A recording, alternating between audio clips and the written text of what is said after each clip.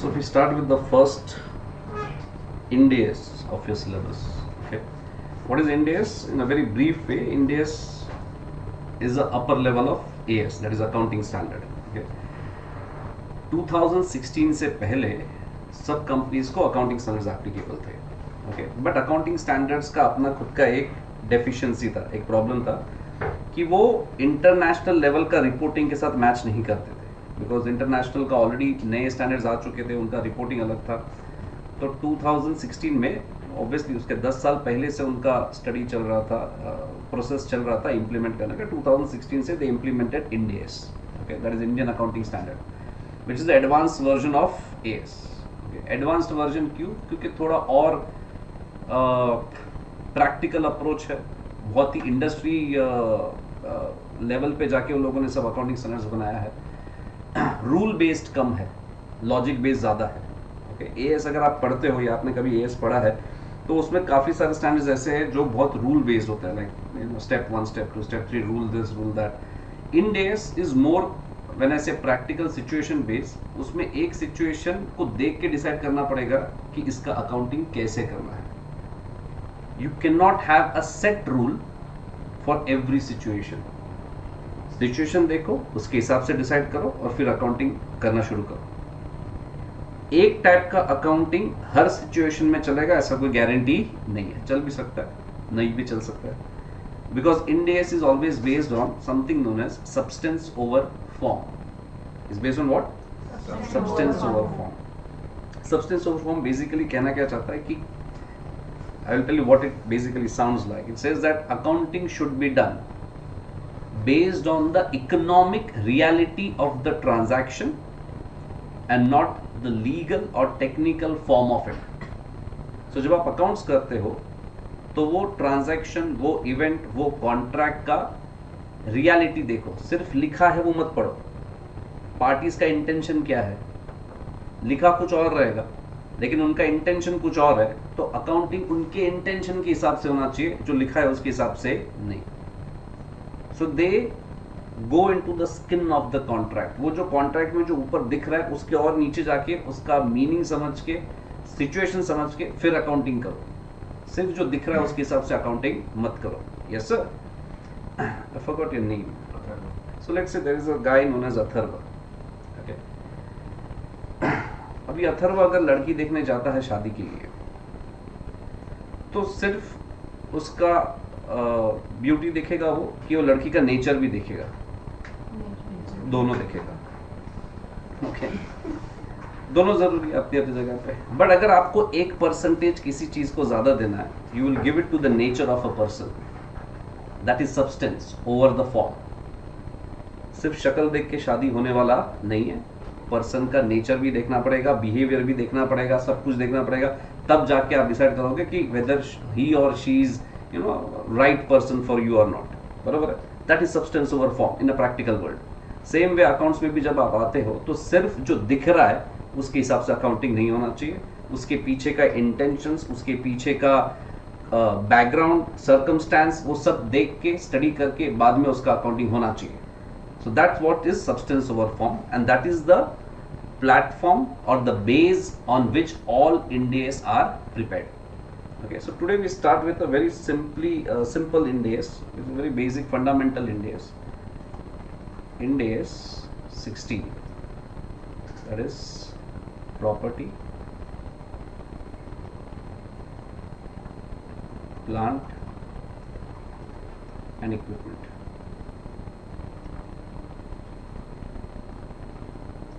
We call it as PPE.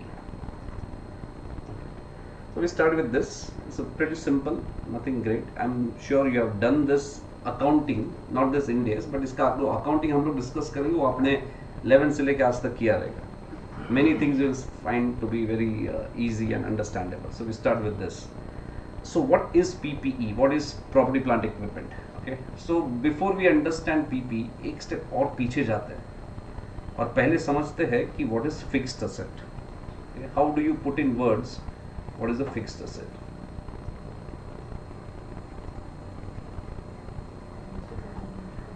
Can you see? Yes. Yes. Okay.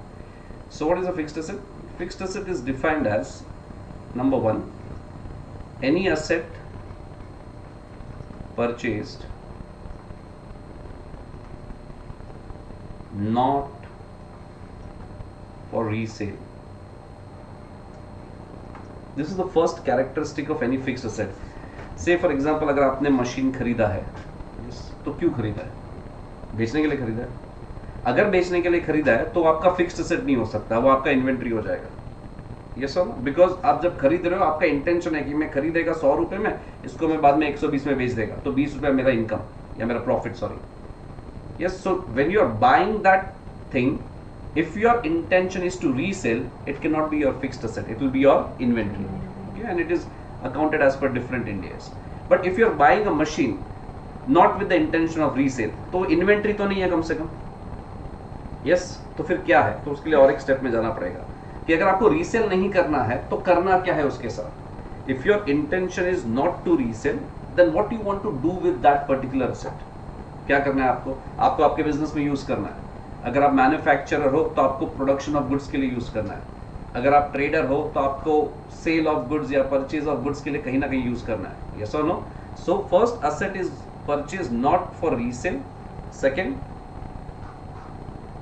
it is used for, or it is purchased to be used for production of goods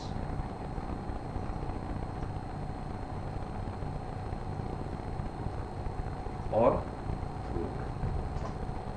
rendering services, etc. I'm not writing everything. Okay, basically the motive of the second point is कि आपको business में use करना है, उसको बेचने का नहीं है. तो if you buy a asset with the intention not to resell but to use it in the business, and the last and the most important point that comes up is, and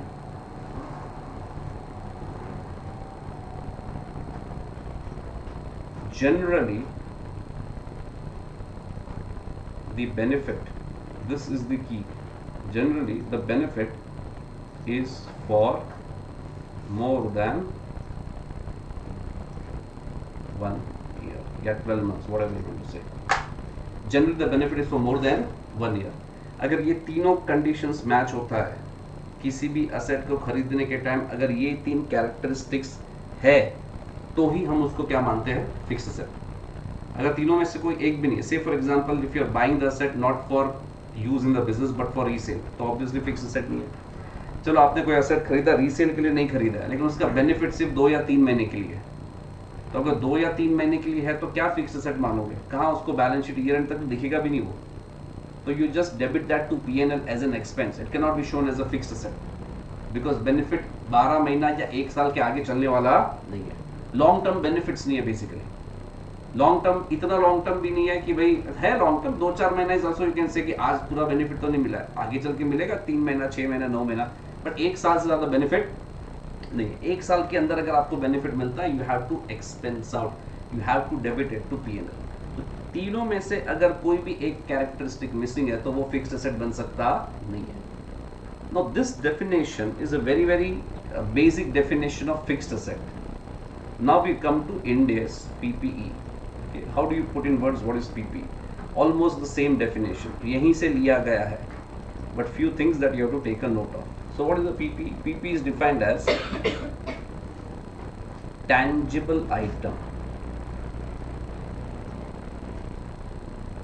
Now this is something that was not there in the definition of fixed asset, because fixed asset is fixed asset, right?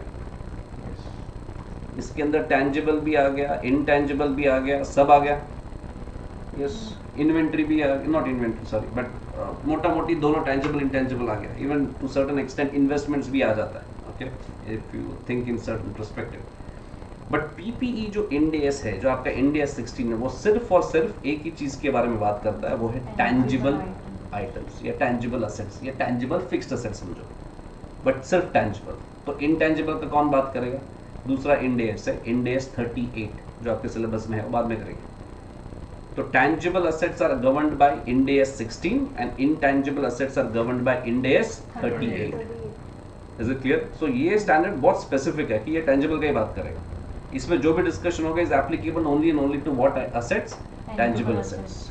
Yes, which can be seen, which can be touch, which can be feel. In simpler words, जिनका physical substance है. इसका क्या है? You can see them. Yes.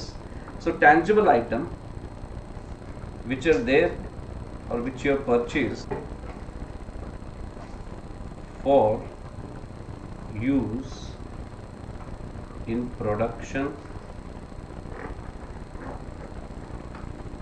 of goods, rendering of services,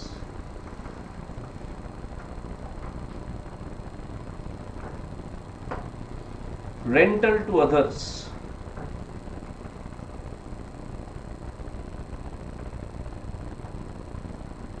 or administrative purposes. This is something important.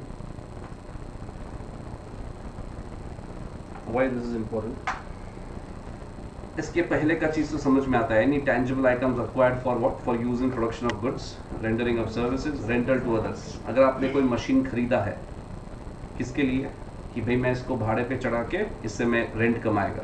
Even that will be taken as a PPE, क्योंकि again tangible asset है जिससे future flow of income होने वाला. ऐसा तो नहीं है कि आप 2-4 महीने के लिए भाड़े पे दोगे. Yes, so in that case वो भी पीपी के डेफिनेशन में आएगा. बट देन दे से also for administrative purposes. What do you mean by this? ये जरूरी इसलिए है कि अगर मैं किसी स्टूडेंट को पूछता हूँ कि एडमिनिस्ट्रेटिव मतलब क्या, या एडमिनिस्ट्रेशन एक्सपेंस, एडमिनिस्ट्रेटिव पर्पस मतलब क्या, तो उनके दिमाग में एक ही चीज आता है, ऑफिस एक्सपेंसेस. ये हमको मालूम है, हम फाइनल अकाउंट्स का जब सम सॉल्व करते हैं उसमें अगर एडमिन एक्सपेंस लिखा रहेगा तो अपने को मालूम है पीएनएल में डालने का, क्योंकि वो ऑफिस रिलेटेड है, मैनेजमेंट रिलेटेड है, इसलिए वो पीएनएल में जाता. That's how we have learned it. Yes, but यहाँ पे जो वर्ड एडमिनिस्ट्रेशन यूज किया गया है, it is not in context of office only. Administration means here for work और management of the business as a whole. Say for example आपके पास एक शोरूम है, या समझो फैक्ट्री है. Let's go to factory. Factory है, उसमें यूज करने के लिए आपने कंप्यूटर्स खरीदा. यस, या आपने फैक्ट्री के अंदर छोटा सा ऑफिस है, उसमें बैठने के लिए फर्नीचर खरीदा. Is it for the administrative purpose? Yes. Does it mean कि वो आपका tangible asset नहीं है? No, it is there. वो आप ही का tangible asset है. भले वो किधर भी यूज हो, चाहे वो फैक्ट्री में यूज हो, चाहे वो ऑफिस में यूज हो, चाहे वो शोरूम में यूज हो.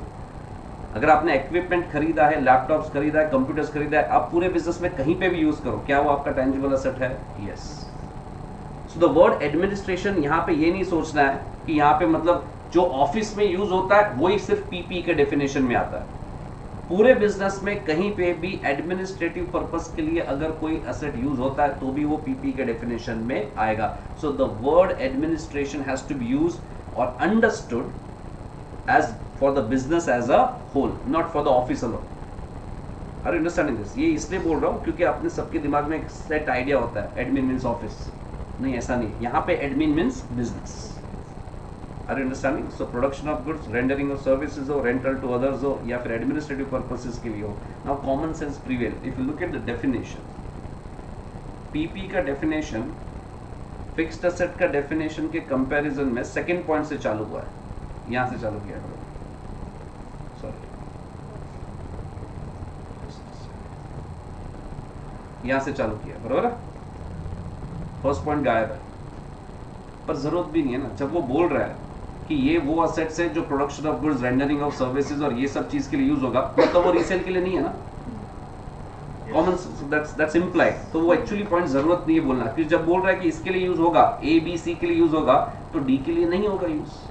सो डी का जरूरत नहीं है, but still they are the same. It's one and the same thing that we are actually putting in perspective. Okay, second same point. Generally the benefit is for, बोलो बोलो, more than,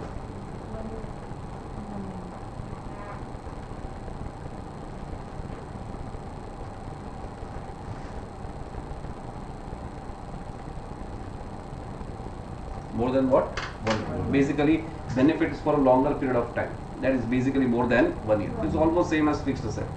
खाली एक चीज का ध्यान रखना है, यहाँ पे सारा फिक्स्ड एसेट कवर्ड नहीं है, यहाँ पे सिर्फ कौन सा फिक्स्ड एसेट कवर है, टैंजिबल। बाकी जो है वो बाकी अलग स्टैंडर्ड कवर कर लेंगे। Are getting it? Yes or no? So what will be the examples of PPE? Can I say land, building, furniture, machineries, vehicles, plant, equipment? Land and building property में आ जाता है. The word property basically means land and building, or both of them combined together.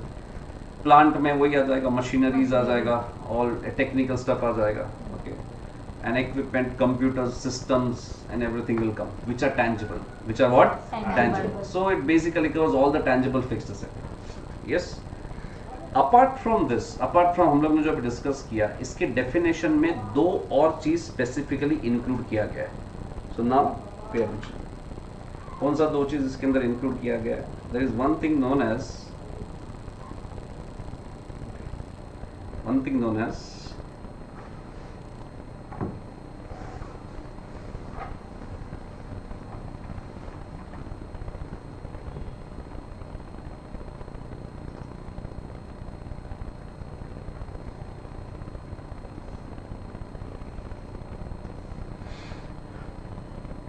biological assets,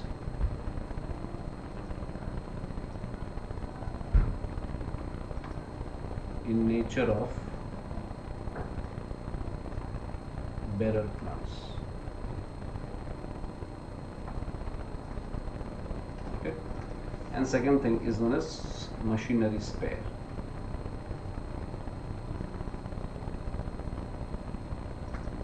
What do you mean by biological asset in nature of bearer plants? So let's understand that. So first of all, what do you mean by biological assets? I think ये तुम लोगों ने पहली बार सुना रहेगा. So what are biological assets? Biological assets are defined as any living, it is important, any living, जिंदा, living animal या फिर plant. So let's say if you are having sheeps for the purpose of wool, आप क्या करते हो, उसको wool एक बार उसका fur grow हो जाएगा, उसको बेचारे को गंजा कर देते हो, फिर खुद के लिए स्वेटर बनाते हैं. So if you have so many sheep, or if you have these sheep, it's a biological asset for you. If you have cows for milk, then you will have again biological asset. और क्या होगा examples? Hen, then pig for meat, goats again for meat, horse, yeah, horse, fine, horse, fish, yeah. So these are basically, till they are alive, they are called as biological asset. Plant bhi hai, there are plants also. So for example of plant would be mango trees, sorry, crops, agree, crops, all kinds of crops, sugar cane ho gaya, wheat, maize, bajra, all those things will come. What else? Rubber trees, spice tree, tea bushes, chai ke bagan, yes sir, coffee plantations, all those things are examples of what? Biological plants. Even teak trees just जो wood, जहाँ से आप wood लेते हो for making furniture and stuff like that. Yes, क्या बोलते हैं, साग and all those things. Yes. Okay, that will come. So these all are biological asset till they are alive. Till they are what? Alive. Say for example, you have sheep. So is it a biological asset? Yes. उससे क्या मिलेगा आपको? Wool मिलेगा. So wool क्या है? Wool is the output of biological asset. Yes or no? Yes. So biological asset का जो output होता है, it is called as agricultural produce. What is it called? Agricultural produce. Yes or no? कोई भी हो, मतलब अगर आपके पास काउ है तो milk is the agriculture produce, tea bushes है तो tea leaves is agriculture produce, this is the output. Grape vines है तो ग्रेप्स, मैंगो ट्रीज है तो मैंगो, रबर ट्रीज है तो the latex of the rubber that you get. Yes और no? So on and so forth. Pig है तो meat. Once you kill the pig, whatever the meat you get, that's the agriculture produce. Yes or no? So the output of the biological asset is called as agriculture produce. Agreed? ये सब terms अपने को काम आएगा, इसलिए हम लोग discuss कर रहे हैं. Now, क्या PPE में सबके सब biological asset है? No. Only biological asset which are in nature of bearer plants. Only nature of what? Bearer plants. मतलब animal तो आएगा ही नहीं. यस और नो? Yes. एनिमल आएगा कि नहीं आएगा? ओके क्यों नहीं आएगा? Because this definition says only bearer plants are to be considered. तो एनिमल तो गया, सिर्फ प्लांट आएगा. प्लांट में भी दो टाइप के प्लांट, एक आएगा बेरर प्लांट, दूसरा आएगा others. Yes. Now, what is the difference between bearer plant and other plants? So, let's take an example to understand. Okay. Let's say you buy mango trees. Okay. ये क्या है? अरे बोलो. Mango tree. हाँ. और इसके सामने तुमने खरीदा teak trees. Yes. I don't know how they look. But इतना मालूम है कि उसका जो स्टेम रहेगा it will be quite straight because उसको वुड के लिए चाहिए. Yes. Now, ये आपने कब खरीदा? ये दोनों ट्रीज आपने तब खरीदा जब वो प्लांट में 4 या 5 साल का एज का था. उसको लेके आए, 100 सैपलिंग्स खरीदा आपने. क्या खरीदा? 100 सैपलिंग्स खरीदा, रखा, उसका ध्यान रखा, पानी दिया, मैन्योर दिया, फर्टिलाइजर्स डाला, जो भी है. यस. फिर वो 20-25 साल के हो गए दोनों. अब क्या होगा? अब टीक ट्रीज का क्या करोगे? क्यों काटेंगे? बिकॉज इसका जो आउटपुट है वो ये ट्री खुद है. मुझे ये ट्री का स्टेम्प चाहिए, ये इस ट्री का वुड चाहिए, तो मैं हार्वेस्ट करेगा तब क्या करेगा? मैं ट्री काट देगा. यस और नो? तो ये टीक ट्रीज के केस में the tree itself is the agriculture produce. Once you harvest the tree, once you cut the tree itself is the agriculture produce, the output. Do you agree? Yes. What about the mango trees? Fruits. After the certain age, after it reaches the maturity, वो mango देगा तो mango तोड़ोगे या tree काट दोगे? Mango. Mango देगा. अच्छा, एक ही साल मैंगो देगा या बार बार मैंगो देगा? 10 साल, 15 साल, 20 साल, जो भी उनका लाइफ रहेगा तभी वो लोग मैंगो देंगे. यस और नो? तो यहाँ पे the tree itself is the output or the tree is going to give you some other output. Some other. Tree is not the output. Yes or no? Yes. So can I say in case of mango tree, they themselves are not the output or the agriculture produce, but they bear the agriculture produce or the output? Yes. They bear it, they produce it for you. Yes or no? Hence they are called as Bearer. bearer plants. So what are bearer plants? They are plants who are going to give you the agriculture produce, but they themselves are not the agriculture produce. वो खुद output नहीं है, वो तुमको output देगा. जबकि teak trees के case में वो खुद ही तुम्हारा आउटपुट है. टाइम आने पर उसको काट देंगे. Are you understanding the difference? Yes or no? So if you use a bit of common sense, mango trees जब तुमको मैंगो दे रहा है और 1 साल से ज्यादा दे रहा है, then don't you think it is like a machine which is going to give you output for more than 1 year? It is almost like a PP run. Hence it is accounted as per PP. जबकि teak trees ऐसा नहीं है. Teak trees खुद ही output है, वो तुमको 1 साल से ज्यादा आउटपुट नहीं देगा. एक बार आपने ये ट्रीज काट दिया तो अभी ये ट्री बाद में कुछ नहीं कर सकता. आपको वापस वुड चाहिए तो वापस नया प्लांट ग्रो करो. Are you understanding? ये ट्री एक ही बार आउटपुट देगा, जबकि मैंगो ट्रीज के केस में वो बार बार तुमको आउटपुट देगा. Are you understanding the difference? So here in India 16, what is covered is only the bearer plants, biological asset in nature of bearer plants. Why? Because they are almost like a machine which is giving you an output. Another examples of bearer plants क्या रहेगा? Rubber.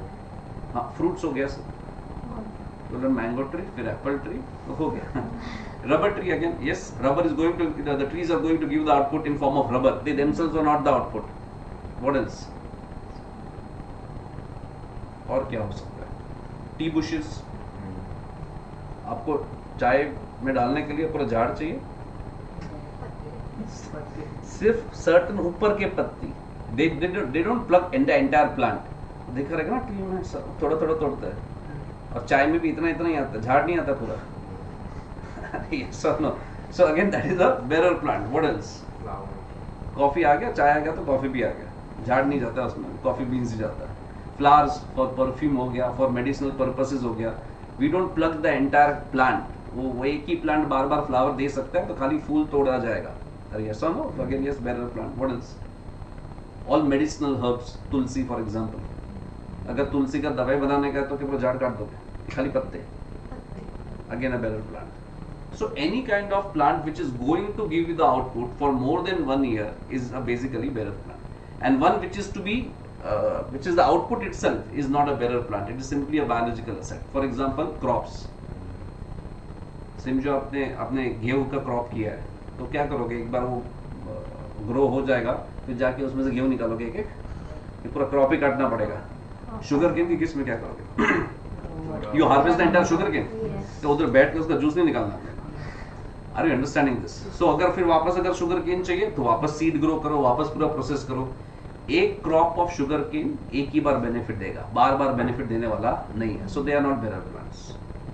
Are you able to distinguish between both of them?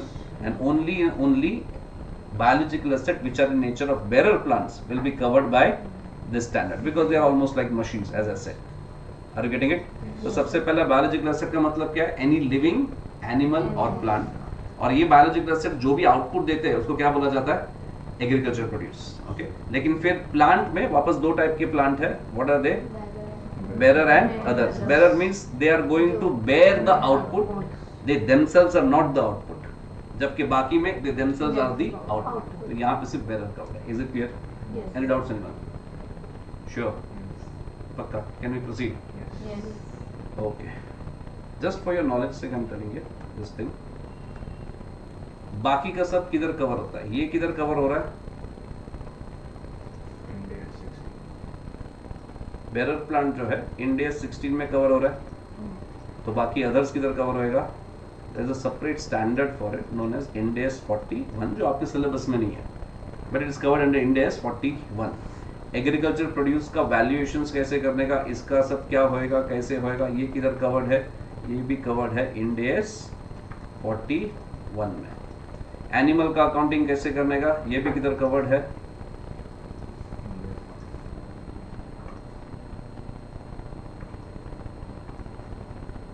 So where were we? We said this is covered by 41. Even this is covered by Ind AS 41. This is also covered by Ind AS 41. Only one element is covered by 60. Are you getting? This is separate standard जो अपने syllabus में नहीं है, तो अपने को उसका tension लेने का जरूरत नहीं है। Okay. Moving on. Next is machinery spares. What are machinery spares? So let's take another example for this. So let's say ये अपना एक मशीन है, okay? और उसमें एक स्पेसिफिक स्पेयर लगता है। ये स्पेयर का अपना लाइफ है, so ये स्पेयर को हर 6 महीने में बदलना पड़ता है। Okay, the life of the spare is 6 months. Yes. और ये मशीन का खुद का लाइफ मे बी से 20 years. Yes. Okay. अब ये जो स्पेयर है, जब आप खरीदते हो इसको या आप उसको अपने पास खरीद के रखते हो, तो इस स्पेयर का और कोई यूज नहीं है। ये स्पेयर सिर्फ और सिर्फ ये स्पेसिफिक असेट या ये स्पेसिफिक मशीन में ही यूज हो सकता है। अगर ऐसा सिचुएशन है तो उसको हम लोग बोलते हैं मशीनरी स्पेयर। ऐसा स्पेयर जिसका एक स्पेसिफिक असेट के अलावा कहीं और यूज हो सकता नहीं है, they are called as machinery spare. I will give a very simple example, okay, may not be specific to the standard, but आपने देखा रहेगा डे टू डे लाइफ में। आप वो आटा पीसने वाले की चक्की पे गए, उसका मशीन देखा? नहीं देखा? यस। तो उसमें सबसे इंपॉर्टेंट पार्ट होता है वो स्टोन, जो ग्राइंडिंग व्हील। 2 ग्राइंडिंग व्हील रहता है जो घूमते हैं अपोजिट डायरेक्शन में, आपका गेहूं बीच में जाके पिस जाता है। अरे ऐसा ना, तो वो जो व्हील है आपको लगता है कहीं और यूज होएगा? गाड़ी में लगा नहीं, उस पर घड़ी ड्रॉ करके घर पे टंगा दो, लगता है कहीं और यूज हो सकता है। It is specific to that particular machine, उसके अलावा उसका प्रॉब्लली और कोई यूज नहीं है। अरे यस और no, then that will be called as a machinery spare. The spare which can be used in connection to a specified fixed asset only is called as machinery spares. अगर ऐसा कोई spare है जिसका general purpose use है, वो ये machine में भी लगेगा, उस मशीन में भी लगेगा, फलाने में भी लगेगा, ढिकने में भी लगेगा, then they are not machinery spares. Then they are treated as inventory. They are treated as what? Inventory. क्योंकि वो कहीं पे भी यूज हो जाएगा। छोटा छोटा नट बोल्ट हो गया, जरूरी थोड़ी कि जो छोटा नट बोल्ट है वो स्पेसिफिक मशीन में रहेगा, ऐसा जरूरी नहीं है। वो कहीं पे भी यूज हो सकता है, तो वो सब किसके डेफिनेशन में जाता है? इन्वेंट्री। लेकिन कोई ऐसा पार्ट है, कोई ऐसा स्पेयर है, कोई ऐसा चीज है जो एक स्पेसिफिक असेट के ही रिलेशन में यूज हो सकता है और किसी रिलेशन में नहीं हो सकता है, then that is called as a machinery spare. Are you understanding? Certain times cutting करने के लिए टूल्स चाहिए। अगर आपने कभी फैक्ट्री विजिट किया हो तो सर्टेन मेटल को कट करने के लिए मशीन्स लगता है। वो जो कट करने के लिए जो मशीन का हेड होता है वो डायमंड हेड होता है। They use diamonds to cut because diamond is almost indestructible. Yes, होता है। ओके, आप लोगों ने खाली तनिष्क में देखा है, पर एक्चुअली इंडस्ट्री में भी डायमंड का यूज होता है, there is a use of it. तो वो टाइप का जो स्पेयर है या ऐसा कोई टाइप का पार्ट है जो सिर्फ उसी स्पेसिफिक मशीन में यूज होता है, that is called as what? Machinery spare. And that those machinery spares are accounted as per Ind AS 16, क्योंकि उसका रिलेशन सिर्फ एक असेट के साथ है, उसके अलावा उसका कोई यूज नहीं है, उसका कोई रिलेशन नहीं है, तो that has to be accounted as per machinery spares. So what are machinery, sorry, accounted as PP. So what are machinery spares? Spares to be used in connection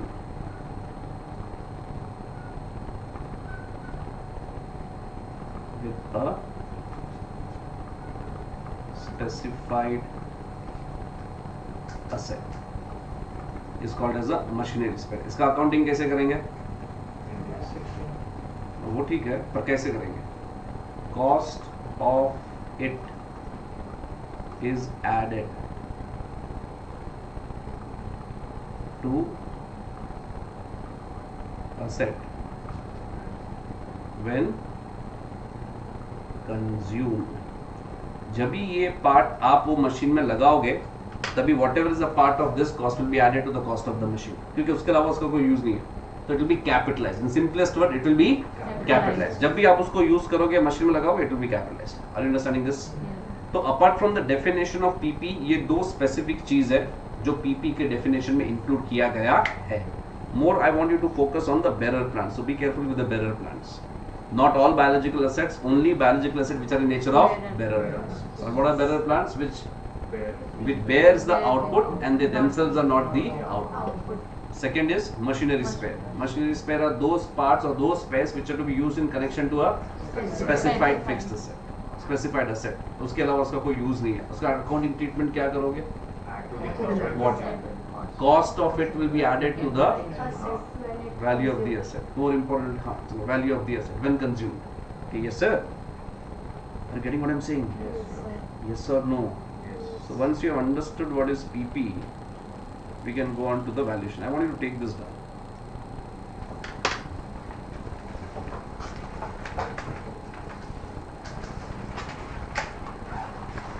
You can skip the definition. Definition आपके notes में रहेगा. Copy it from this. PP includes. And if you still want to copy, you may copy it. So I leave it to you. लिहायचं असेल तर लिहा, नाही लिहायचं असेल तरी लिहा.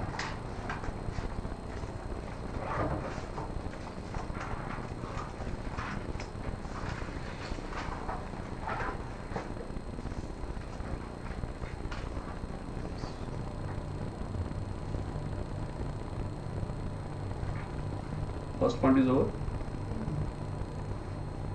Second point. Yes, sir. यहाँ मैंगो ड्रॉ करते हैं.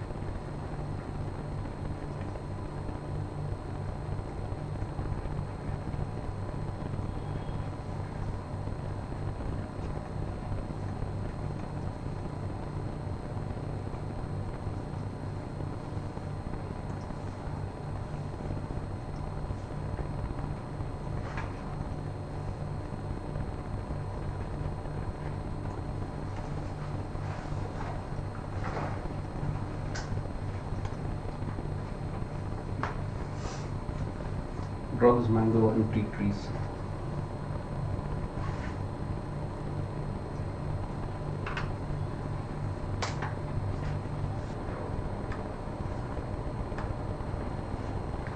Is it okay? Okay. Tell me when to scroll.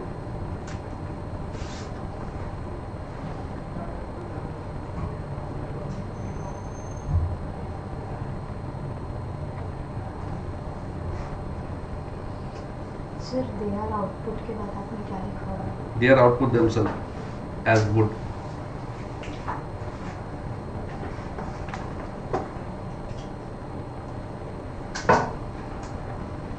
Sir अगर यहाँ पर लाइफ ऑफ स्पेयर 6 मंथ आपने लिखा है तो 1 ईयर से कम रहेगा तो भी उसका अपने आप में तो लाइफ का कोई वैल्यू ही नहीं है. It will be always used in connection to that. So we are not looking at the life of the spare. Why I have written 6 months is इसका यूज बाकी स्पेयर के जितना फ्रीक्वेंटली नहीं होएगा. जैसे छोटा नट बोल्ट्स हो गया या जो भी अदर स्पेयर है, हाथ साफ करने के लिए चिंदी यूज होता है, ऑल दोस थिंग वो regular day to day base पे यूज होता रहेगा. लेकिन ये 6 महीने में एक बार, 9 महीने में एक बार, depending upon the life. So the use of these kind of spare is always infrequent और irregular in nature because they have such a specific use, hence they have to be capitalized. Okay, you cannot treat that as separately from the asset, but the use is infrequent. But if we are not using that spare parts, so what will be the treatment of it? Either it will be inventory kind of or No, you can't treat it as inventory. You can just treat it as a standby asset sort of a thing. Okay. Okay. Don't appreciate that. And generally these kind of spares are a bit expensive, so कोई लेके रखेगा भी नहीं. जब जरूरत पड़ेगा तब ले लो, अनलेस आपको इंपोर्ट करना पड़ता रहेगा या बल्क में खरीदने पे डिस्काउंट मिलता रहेगा, दैट्स अ डिफरेंट थिंग. तो स्टैंड बाय एसेट करके दिखा दो, बट नॉट इन्वेंट्री.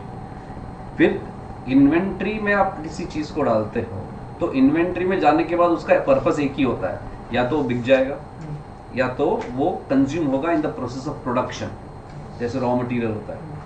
तो ये दोनों में से किसी का भी ये मतलब this does not have a intention like that, so you can not take. और एक बार इन्वेंट्री में क्या है, फिर वापस एफए में नहीं आ सकता, पीपी में नहीं आ सकता, या तो बिक जाएगा. पर ऐसा तो कुछ है नहीं, so don't take it to inventory. और बोलो, एनी डाउट्स? स्कूल हो गया? Yes, okay. So let's go to the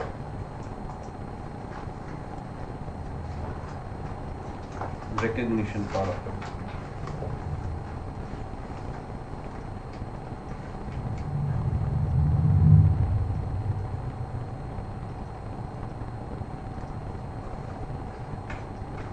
Recognition and measurement.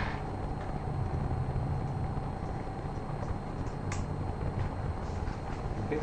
In this context, the first one would be initial recognition.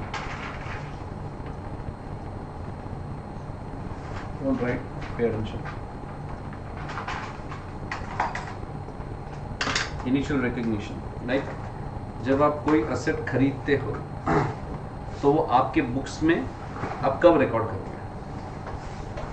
When will you record a PPE? In fact, let's not say PPE. When will you record any asset? थोड़ा सा इंडेस के बाहर जाएंगे, चलेगा? एक background clear करना है, एक तुम्हारा दिमाग में जो एक सेट आइडिया है ना उसको तोड़ना है थोड़ा सा. So when will you record any asset in the books of accounts? Any asset का मतलब when will you record may be inventory, may be tangible fixed asset, may be intangible fixed asset, may be investment, may be even a prepaid expense, a simple prepaid expense also. When will you record any asset in the books of accounts? आपके balance sheet side पे जितना भी asset दिखता है, जितने भी assets दिखते हैं, ओके, वो आप कब रिकॉर्ड कर सकते हो बुक्स में? तो उसका एक सही समझ, not when per se from the date. What are the conditions for which are to be satisfied for that to be recorded in the books of accounts? more than 12 month के लिए होगी या फिर प्रोडक्शन के लिए use करने के लिए लिया होगा. Economic benefit more than a year. So I'm talking about beta any asset. Any asset में इन्वेंट्री भी आएगा. और आप लोग मुझे इन्वेंट्री का डेफिनेशन एग्जांपल दे रहे हो जो लेस देन 12 मंथ्स में गायब हो जाएगा, सेल हो जाएगा या कंज्यूम हो जाएगा, इधर ways. So we are not dealing with, एक minute, we are not in India 16, we are somewhere outside. फिर वापस आएंगे इधर. ओके, कोई भी ऐसे बोलिए. प्रोडक्शन के लिए जो भी यूज के लेंगे उसको शायद कंसिडर करेंगे. No. So where I am going right now is ये जितने भी आप AS पढ़ते हो, जितने भी आप इंडेस पढ़ते हो, ये सब इंडेस और AS किस फाउंडेशन पे बनता है? There is something known as framework of preparation and presentation of financial statements. इनका अपना एक फ्रेमवर्क होता है. ओके, जिस फ्रेमवर्क के अंदर वो लोग बनते हैं. There are certain principles which are described over there, जिसके बेसिस के ऊपर ये खुद इंडेस बना देता है.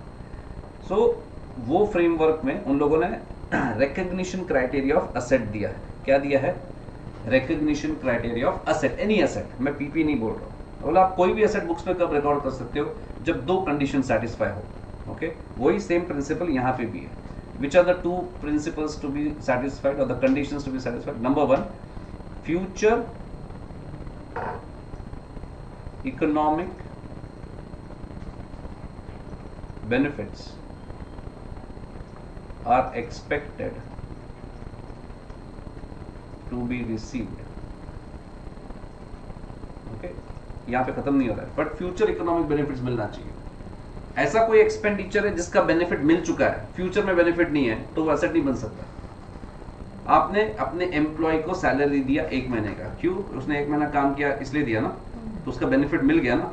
Is it shown as an asset और is it shown as an expense? Depreciation भी आप पीएनएल में डेबिट करते हो. डेप्रिसिएशन किसको रिप्रेजेंट करता है? वो पार्ट ऑफ द असेट जिसका बेनिफिट आपको मिल चुका है. यस और नो? लेकिन जो पार्ट का बेनिफिट मिला नहीं है, फ्यूचर में बेनिफिट मिलने वाला है, उसको हम लोग क्या बताते हैं? Asset. Always you see, look at the entire balance sheet asset है. इन्वेंट्री भी अगर है, benefit more than 12 months, less than 12 months का इशू नहीं है, पर क्या उसका बेनिफिट फ्यूचर में मिलने वाला है? यस. आज मेरे पास जो इन्वेंट्री है वो जब फ्यूचर में बेचेगा तभी बेनिफिट मिलेगा. आज मेरे पास जो रॉ मटेरियल है उसको मैं फ्यूचर में यूज करेगा, उसमें से फिनिश गुड्स बनाएगा, फिर बेचेगा, फिर बेनिफिट मिलेगा. डेटर्स अगर आज है तुम्हारे पास तो उसका भी पैसा अपने को फ्यूचर में मिलने वाला है. So on and so forth. Yes sir. So ऐसा असेट या ऐसा आइटम जिसका फ्यूचर इकोनॉमिक बेनिफिट होना चाहिए. Okay, which are expected to be received by the entity. अपने को मिलना चाहिए बेनिफिट और किसी को भी नहीं. सी फॉर एग्जाम्पल, ये अपना ना फैक्ट्री है. यस, ये अपना फैक्ट्री का मस्त सा गेट है. अभी इसके बाहर का जो रोड है वो गवर्नमेंट ऑफ इंडिया ने कंक्रीट का बनाया, पक्का रास्ता बनाया, सीमेंट रोड बना दिया. पहले कच्चा था. क्या इसका बेनिफिट आपको है? पर सिर्फ आपको है या इसका बेनिफिट किसी और को भी मिलेगा? सबको मिलेगा. Yes, then this is your asset. हम लोग जिस चीज को अपना असेट बोलते हैं उसका फ्यूचर इकोनॉमिक बेनिफिट अपने को ही मिलना चाहिए और किसी को मिलना चाहिए नहीं. अगर उसका बेनिफिट किसी और को भी मिल रहा है तो फिर आपका असेट कैसे हुआ? Are you understanding? Students always focus on the word future economic benefit, but उसके साथ साथ ये भी देखना पड़ेगा future economic benefits are expected to be received by the entity, तो ही वो अपना असेट के डेफिनेशन में फिट होगा. And second, cost should be reliably measurable. Should be reliably measurable. अगर कॉस्ट रिलायबली मेजरेबल नहीं रहेगा तो आप असेट रिकॉर्ड कैसे करोगे? तो let's take an example. Again 16 का एग्जांपल नहीं है. ओके, हम लोग इंडेस 38 में जाते हैं. Intangible asset. इंटेंजिबल असेट्स में एक ऐसा असेट है जो कि है गुडविल. अभी समझो कि आप एक्स लिमिटेड हो, आपने 25-30 साल से बहुत मेहनत किया, आपका बिजनेस बढ़ाया, ब्रांडिंग किया, फलाना किया, और आपका अच्छा एक गुडविल है बिजनेस में, मार्केट में. Sorry, can you record this goodwill in the books of accounts? Answer is no. You can not record the goodwill in the books of accounts. You can not record self generated goodwill in the books of accounts. क्यों? You can not determine the cost. आपने goodwill के लिए कौन सा पैसा दिया? कुछ नहीं. आपने अब तक जो खर्चा किया है वो बिजनेस का डेवलपमेंट के लिए किया है. आपने अच्छा आफ्टर सेल्स सर्विस प्रोवाइड किया, आपने प्रॉपर क्वालिटी मैनेजमेंट किया, बरोबर है? तो ये सब चीज में जैसे आप खर्चा करते गए, अपने आप वो गुडविल डेवलप हो गया. क्या आपने गुडविल के लिए स्पेसिफिकली कुछ खर्चा किया गया? नहीं किया है। In that case self generated goodwill can never be recognised in the books of accounts. क्यों? क्योंकि उसका कॉस्ट डिटरमाइनेबल नहीं है। तो कोई भी एसेट बुक्स में तब आ सकता है जब उसका कॉस्ट डिटरमाइनेबल हो। अगर किसी रीजन से कॉस्ट डिटरमाइनेबल नहीं है तो वो आपके बुक्स में आ सकता नहीं है, एज ए एसेट बन के आ सकता नहीं है। तो ये दो कंडीशन सेटिस्फाई होना जरूरी है, कोई एक भी नहीं। It is first as well as second.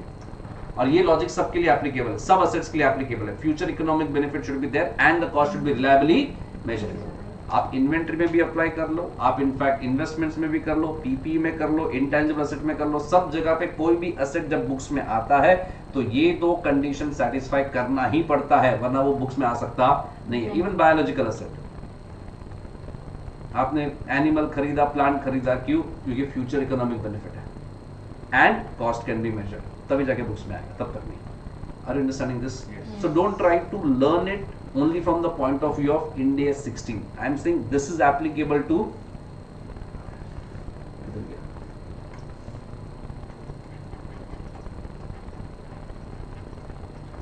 it is not applicable to PP alone. It is applicable to all assets. Are you getting it? Yes. From here we have to go further in the standard as cost कैसे determine करने का. So we are still in the initial recognition. जब आप asset खरीदते हो, okay तो आपके books में जब एसेट रिकॉर्ड करोगे तो पहला तो कंडीशन सेटिस्फाई होना चाहिए, और कॉस्ट जब कैलकुलेट करना है तो कॉस्ट में क्या क्या आएगा, क्या क्या नहीं आएगा। तो कॉस्ट कैसे डिटरमाइन होगा? Well, cost determination depends upon कि असेट खरीदा कैसे गया है। अलग अलग तरीका है खरीदने का। मैं मार्केट में जाके कैश देके असेट खरीद के आया, यस, या फिर मैं मार्केट में जाके अपने पास एक असेट था वो दिया और उसके एक्सचेंज में मैंने दूसरा एक असेट खरीदा, yes, all those things are there. So there are different ways in which you can purchase the asset. तो we will discuss few of them over here. The first and the foremost and the most important of all is outright purchase. आप market में जाके asset खरीद के लाए, उसका cost कैसे determine करोगे? Outright purchase. बोलिए, how will you calculate the cost? क्या क्या आएगा? Monetary value. No, it's a very generic thing. Monetary value paid for what? I also paid 100 rupees tip to the guy over there where I went. As a show off. Will you add it to the cost of the asset? Why? It's a monetary value paid at the time of purchase. At the time of purchase, purchase ही करने गया था। फिर इस समय जा रहा था, signal पे एक बेचारा गरीब भिखारी था, उसको मैंने 500 का नोट दिया। मैं बहुत दयावान है। और ये कब हुआ? जब मैं एसेट खरीदने जा रहा था। So it's a monetary value paid at the time of purchase. So will you capitalize it? So it's a very generic answer you are giving. वो नहीं चलेगा। Cost of asset. So the first part is the basic purchase price. I hope you meant that. Smart. Basic purchase price मतलब जितने में asset खरीदा, yes, जो भी उसका मेन MRP है या जो भी कॉस्ट रहेगा, basically that. What else? Incidental expenses. What are incidental expenses? Second, Installment. Installment? Installation. you are firing examples. I don't need examples. If you have to say, you are going to tell me the categories of expenses. Examples नहीं दे सकते आप. So basic purchase price. Transportation cost. So that is not an example. Okay. Food to use करने के पहले जो भी expenses। Agreed, but still a bit more. Few things. So let's get into it. Basic purchase price is the first starting point, जिसमें बाकी सब add किया जाएगा. Plus, let's say non-refundable taxes.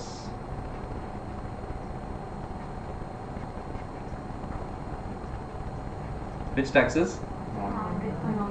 से आपने कोई कस्टम ड्यूटी पे किया, yes, से आपने कोई और GST पे किया रहेगा जो नॉन रिफंडेबल है। नॉन रिफंडेबल मतलब गवर्नमेंट से तुमको ना कैश मिलेगा ना उसका क्रेडिट एडजस्ट होने वाला है, उसका कोई तुमको बेनिफिट आगे चल के मिलने वाला नहीं है, तो ही यहाँ पे ऐड होगा। अगर आपको उसका रिफंड मिलने वाला है, क्रेडिट मिलने वाला है, तो यहाँ पे ऐड नहीं हो सकता। Why? Simple reason like this.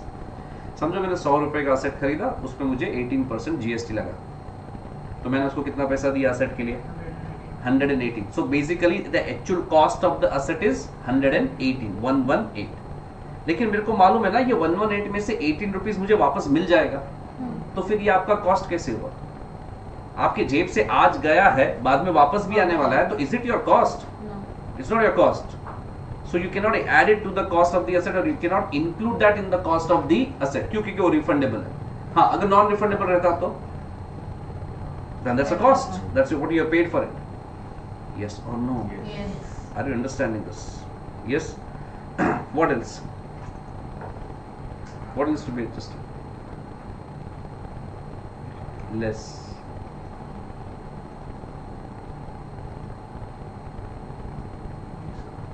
Not discount. Trade discount is very specific. Which discount?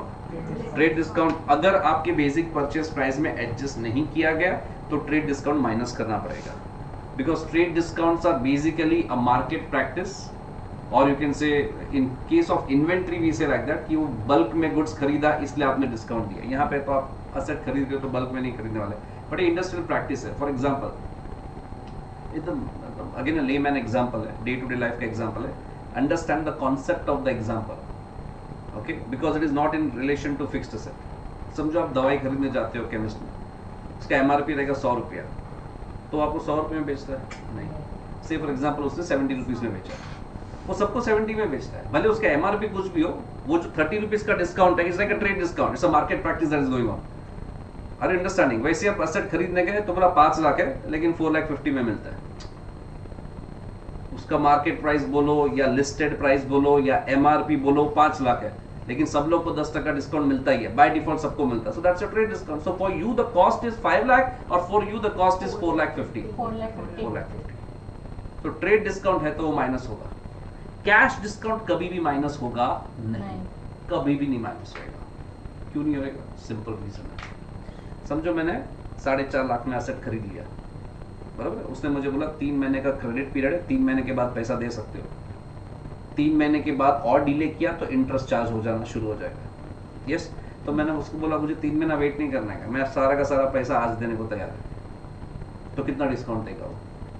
बोला ठीक है, अगर ऐसा कर रहे हो तो और 50,000 का डिस्काउंट, सिर्फ 4 लाख में ले लो. नाउ ये जो आपको एडिशनल 50,000 का डिस्काउंट दिया उसने, यस, ये क्यों दिया? आप असेट खरीद रहे हो इसलिए दिया कि आप पैसा जल्दी दे रहे हो इसलिए दिया? अच्छा, ये डिस्काउंट उसने दिया क्यों आपको? उस कैश उसको क्या घाई था? He was trying to reduce the risk of bad debt. What he was trying to do?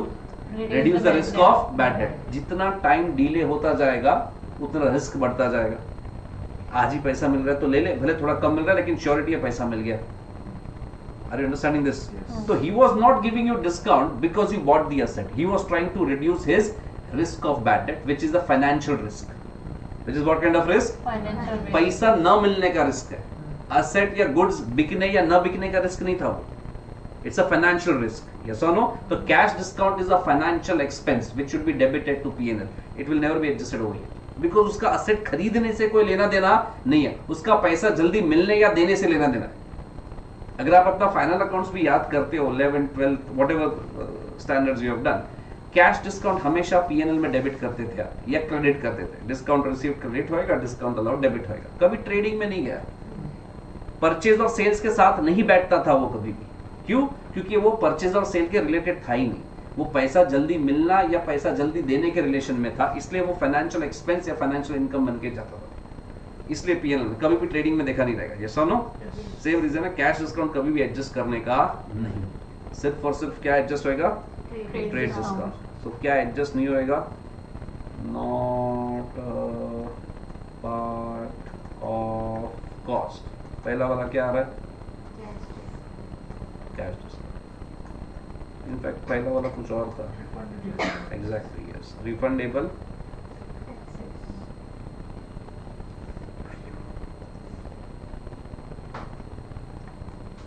What is और क्या आएगा? Sorry, subsidy. बेटा सब्सिडी का प्रॉब्लम ये है कि इसका अलग एक स्टैंडर्ड है. इंडिया 20 गवर्नमेंट ग्रांट्स जिसमें सब्सिडी कवर होता है. So I am not considering here. हाँ, लेकिन अगर आपको कोई गवर्नमेंट की तरफ से कंसेशन मिला है तो डेफिनेटली वो माइनस होगा, बट नहीं आएगा ऐसा क्योंकि वो अलग स्टैंडर्ड है. Leave it. What else can you think of? Okay, I'll put a category now. What Tharur was trying to say. All expenses incurred. This is what we have learned in 11th also, since 11th in fact. All expenses incurred till the asset is not ready for intended use. जब तक वो asset use के लिए तैयार नहीं हो जाता तब तक का सारा खर्चा, I will put transportation cost. Transportation cost में अगर आप कोई टोल भरते हो वो भी आ जाएगा. Loading charges, unloading charges, installation charges, yes sir, erection charges, all those expenses till the asset is not ready for its intended use will be added to the cost of the asset. Are you getting this? Yes. Yes or no? Yes. ये सब के case में एक expense exclude भी होएगा. अगर कोई abnormal loss या abnormal expenses हुआ है तो एक्सक्लूड होएगा. Are you understanding? Yes. किसी रीजन से आपका असेट हैंडलिंग में प्रॉब्लम हो गया, इंस्टॉलेशन के टाइम कुछ मिस्टेक हुआ, उसमें कुछ abnormal लॉसेज हो गया, तो वो यहाँ पे ऐड कर सकते नहीं हो. इनफैक्ट ये लॉजिक सब असेट का एप्लीकेबल है कि कोई भी abnormal लॉस की वजह से आप अपना असेट का वैल्यू बढ़ा नहीं सकते. Are you understanding this? Yes. कि भाई ये तो वो वाला बात हो गया कि एग्जाम में जितना मिस्टेक करोगे उतना ज्यादा मार्क्स मिलेगा. ले सब first rank. Are you getting? It does not make a sense. abnormal loss की वजह से कभी भी वैल्यू ऑफ असेट, कोई भी asset for that matter, increase हो सकता नहीं है. कोई भी अब नॉर्मल लॉसेस एक्सक्लूड करो. Are you getting it? Yes. उसके अलावा कोई एडमिनिस्ट्रेटिव एक्सपेंस रहेगा, वो सब एक्सक्लूड हो जाएगा. वो सब they are not incurred to make the asset ready for its intended use. अभी अकाउंटेंट को सैलरी दिया, सेक्रेटरी को सैलरी दिया, उसका इससे क्या लेना देना है? It is not incurred to make the asset ready for its intended use. इसलिए क्या हो जाएगा? वो एक्सक्लूड हो जाएगा. Are you understanding? ना यहाँ से हम लोग एक और टर्न मारेंगे. एक स्पेसिफिक एग्जांपल है जिसको समझना पड़ेगा आपको. लेट्स से ये मशीन मैंने लिया, ओके, उसको इंस्टॉल भी कर दिया, सब हो गया है. अब ये जो मशीन का आउटपुट है ना, it is a 5 centimetre cube. कितने का क्यूब बाहर आना चाहिए? 5 सेंटीमीटर. तो मैंने मशीन इंस्टॉल कर दिया. अब मैं क्या किया? अब इसमें मैंने रॉ मटेरियल डाला, ओके. फिर मशीन चला के देखा तो इसमें से क्या निकला? इसमें से 4 सेंटीमीटर का क्यूब निकला. चलेगा कि नहीं चलेगा? नहीं चलेगा. ठीक है, तो ये नहीं चलेगा. तो फिर क्या किया? तो वापस थोड़ा मशीन में सेटिंग वेटिंग चेंज किया, यस. बाद में वापस रॉ मटेरियल डाला. अभी क्या हुआ? अभी 4.5 सेंटीमीटर का क्यूब निकला. ये चलेगा? नहीं चलेगा. क्या? वापस सेटिंग चेंज किया, वापस वो सब प्रोसीजर फॉलो किया और फिर वापस मैंने रॉ मटेरियल डाला. अब क्या हुआ? अब 5 सेंटीमीटर का क्यूब निकला. तो बेसिकली ये जो हम लोगों ने टेस्टिंग किया, इसमें जो रॉ मटेरियल का खर्चा हुआ, इसमें जो लेबर गया, इसमें जो ओवरहेड्स यूज हुआ, जो इलेक्ट्रिसिटी यूज हो रहेगा, XYZ जितना भी खर्चा ये सब हुआ टेस्टिंग में, should I add it to the cost of the asset?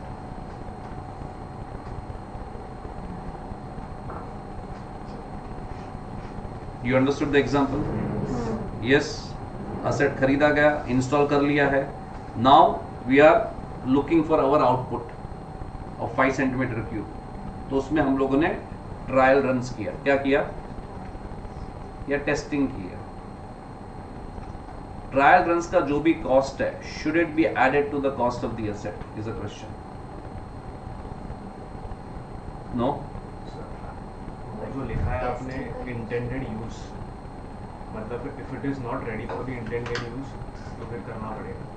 I don't know. You give me a confirm, definite answer. बस You तो दूसरा ये cannot भी है put कि- the ball in my court.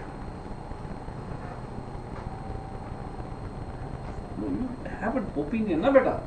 Right wrong के बारे में क्यों सोच रहे हो? You just have an opinion. Why are you so hell bound on thinking that मैं जो सोचेगा वो गलत ही रहेगा? नहीं, ऐसा कुछ नहीं. Give me your opinion.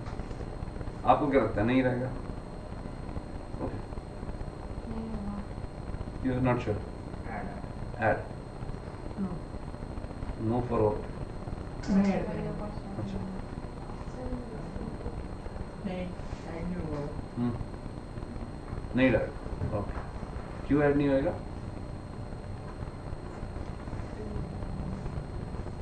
Installation वगैरह हो चुका है. Exactly, yes. इंस्टॉलेशन हो चुके हैं. तो add प्रोडक्शन के लिए। ओके, सो ट्रायल रन्स का जो खर्चा होता है, ट्रायल रन्स का बहुत सारा नाम होता है, testing, trial runs, dry runs, okay, all this expenses will always be added to cost of PPE, always added, always will be added. तुमने असेट इंस्टॉल कर लिया, बराबर है, तो क्या करूं उसका, वो 5 सेंटीमीटर का क्यूब नहीं दे रहा है तो भी चलेगा ना, नहीं, तो वो एक्चुअली तैयार कब होएगा, जब वो 5 सेंटीमीटर का क्यूब देना शुरू करेगा तब वो तैयार माना जाएगा ना, तब तक वो तैयार कैसे है? Is it ready? नहीं, तुमको सब्जी बनाने का था खाने के लिए, what is the purpose of making the सब्जी? खाने का, पेट में जाना चाहिए, तो तुमने आलू लिया, मसाले लिए, पानी लिया, सबको एक वेसल में डाला और रखा है, गैस चालू नहीं किया, चलेगा ना? आ गया, सब इंग्रेडिएंट्स तो हो गया, साथ में तो लेके आए सब, अभी क्यों? सबको साथ में आ चुका है, परफेक्ट प्रोपोर्शन में आ चुका है, तो it's ready, now eat. Can you say it is ready? It is not ready. तो ये भी रेडी नहीं है, ये खाली इंस्टॉल हुआ, दिख रहा है कि तुमको इंस्टॉल हो चुका है, मशीन लग चुका है, बट जिस पर्पस के लिए वो बना है, क्या वो पर्पस सॉल्व हो रहा है क्या? नहीं हो रहा है ना, तो फिर कैसे रेडी है वो? घर पे एसी मंगवाया, एसी लगा दिया, इंस्टॉलेशन कर दिया, सब चकाचक है, इलेक्ट्रिक का पॉइंट नहीं है। Is it ready? Can you say it is ready? It's not, it's useless. Why? जब तक ये सब till it is not actually ready to deliver what it is meant to, it is of no use. It is not ready. ये जब तक 5 centimetre का cube नहीं देगा तुमको एज आउटपुट, ये मशीन रेडी नहीं माना जाएगा। तो ये 5 सेंटीमीटर का क्यूब दे, तब तक जितना भी ट्रायल रन का खर्चा होएगा, everything should be added to the cost of asset. Because these are expenses incurred to make the asset ready for its intended use, which is 5 centimetre का क्यूब in our example. तब तक वो तैयार नहीं है। Are you understanding this? Yes or no? Pakka? Sure. Are you understanding this? Okay. Now, ये जो है 4 सेंटीमीटर और ये 4.5 सेंटीमीटर का जो क्यूब है, जो आउटपुट निकला था, वो किसी काम का है कि नहीं है? तो उसको स्क्रैप किया। क्या किया? उसको स्क्रैप। और उसमें समझो 100 रुपए का इनकम हो, या 100 रुपया पैसा मिला, कैश रिसीव्ड, इसका क्या करोगे? Should I don't be in rush, शांति से सुनो। क्या ये 100 रुपया कॉस्ट ऑफ असेट में से माइनस किया जाएगा, या फिर उसको मैं अलग से P&L में इनकम बताऊं? ओके, सो यू से कॉस्ट में से लेस किया जाएगा। क्यों लेस किया जाएगा बेटा? बिकॉज सर उसके पहले का अगर इन अ वे जो एक्सपेंस है उसको हम लोग ऐड कर रहे हैं इंटेंडेड यूज के लिए, इंटेंडेड यूज के पहले इंटेंडेड यूज के लिए रेडी नहीं है, फिर जो उसके लिए मतलब इंटेंडेड यूज को तैयार करने के लिए फिर जो एक्सपेंसेस इनकर किया था वो अगर ऐड कर रहे हैं तो ये इंसिडेंटल इनकम हम लोग लेस करना। सो योर आंसर इज पहले वाला ऐड किया इसलिए लेस करो, it's as simple as that. That's your answer कि भाई पहले वाला ऐड कर दिया ना, ये लेस कर दो, सही सही है।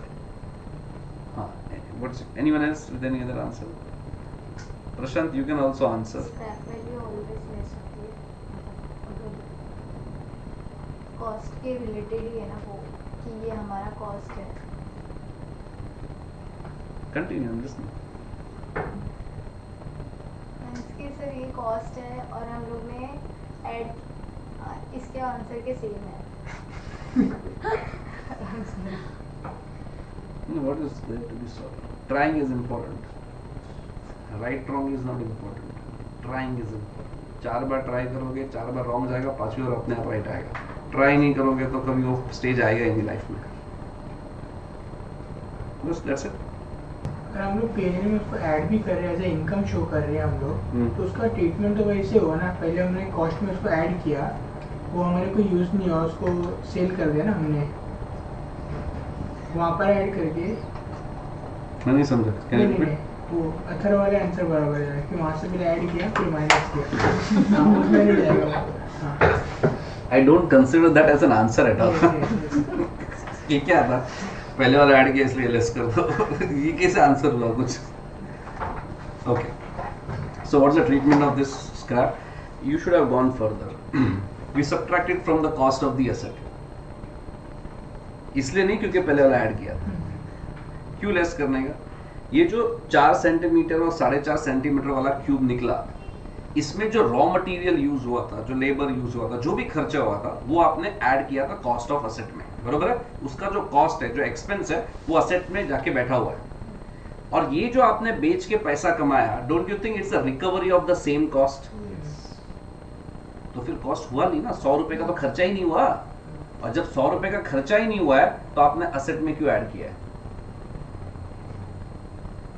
अगर खर्चा होता है then we add it to the cost of the asset लेकिन खर्चा हुआ ही नहीं है तो will you add it to the cost of the asset तो ये तो रिकवरी ऑफ कॉस्ट है same like refundable taxes refundable taxes में भी हमने यही बोला कि मैंने टैक्स भरा 18 रुपीज का लेकिन मेरे को मालूम है इसका रिफंड मुझे मिलने वाला है तो ये आपका कॉस्ट हुआ कैसे अगर कॉस्ट नहीं हुआ है तो वो कॉस्ट ऑफ असेट में ऐड हो सकता नहीं है so why it is reduced from the cost of asset because it's a recovery of cost it is not an income what is it recovery of cost it cannot be treated as an income alag recovery of cost alag and who better to understand this thing than cost accountants you should have gone further क्यों आपने बोला यही होता है सब जगह पे किस जगह पे होता है ऐसा मतलब जो पहले अकाउंटिंग करते थे उसमें हमेशा स्क्रैप वैल्यू हम लोग लेस करते हैं किसमें से कॉस्ट ऑफ असेट भी मशीनरी परचेज किया हुआ है और डेप्रिसिएशन में हम डेप्रिसिएशन करते हैं फिर स्क्रैप वैल्यू नो वो अलग है डेप्री में मत जाओ ये अलग है वो अलग है नहीं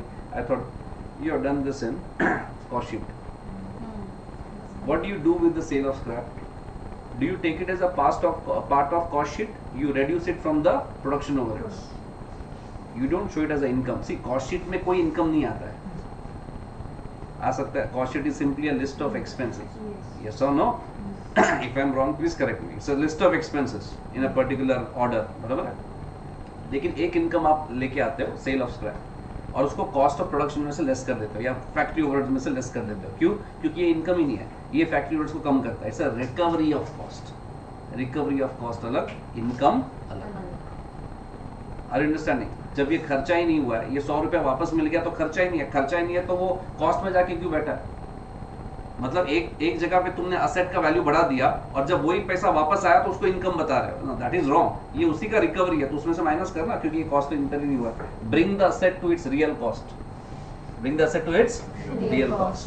are you understanding this yes और नो तो कैन आई से कि ट्रायल रन मतलब असेट तैयार होने के चक्कर में या असेट तैयार हो रहा है उस प्रोसेस में जितना भी इनकम जनरेट करोगे उस असेट से will be reduce from the cost of the asset yes और नो आई रिपीट असेट तैयार होने के प्रोसेस में अगर वो असेट से कोई इनकम जनरेट हो रहा है will you reduce it from the cost of the asset no no be careful very careful अभी देखो दूसरा example this is a piece of land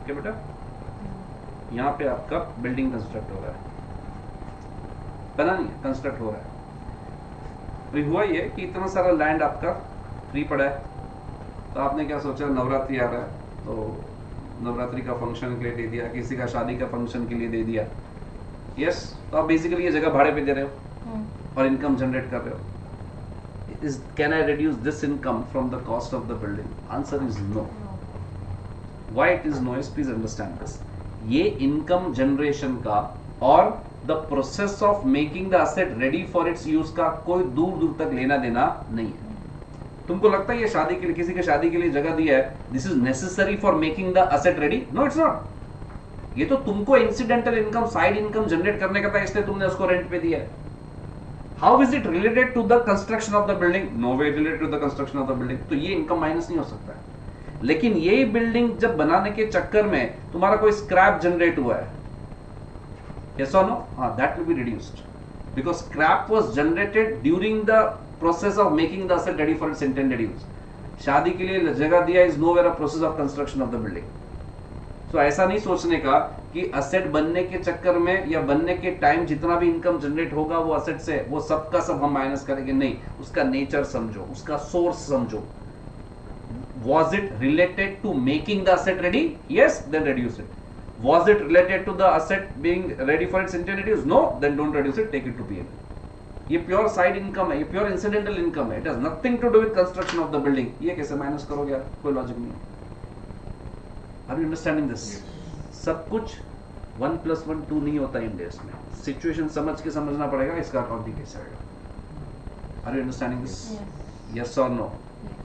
is it clear? Any doubts anyone? तो हर एक income minus मत कर देना और हर एक इनकम ऐड भी मत कर देना. Understand it and then do whatever is required. क्या सोचने का? सिंपल. क्या ये इनकम ये एसेट बनाने के लिए या इसके प्रोसेस के लिए जरूरी था? हाँ, तो एड इट या लेस इट. नहीं था तो फिर छोड़ दो. Take it to P L. Are you understanding this? Yes और नो? ओके. जैसे हम लोगों ने बोला था यहाँ पे अब नॉर्मल लॉसेज एक्सक्लूड करने का.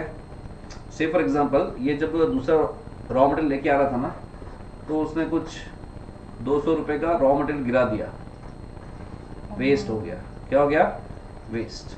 अब नॉर्मल वेस्ट है, नेग्लिजेंस की वजह से हुआ, ध्यान नहीं रखा. ये क्या ये 200 रुपया मैं कॉस्ट ऑफ एसेट में ऐड कर सकता है? नहीं, कभी नहीं कर सकता. ये 200 रुपया ऐड नहीं रखा. जो रॉ मटेरियल एक्चुअली गया प्रोसेस में वो ऐड होएगा, पर जो वेस्ट हो गया वो ऐड होगा नहीं. Are you getting it? Any doubts anyone? Sure? Okay, let's move on. एक लास्ट चीज रह गया जो अटमोस्ट इंपॉर्टेंट है. Add.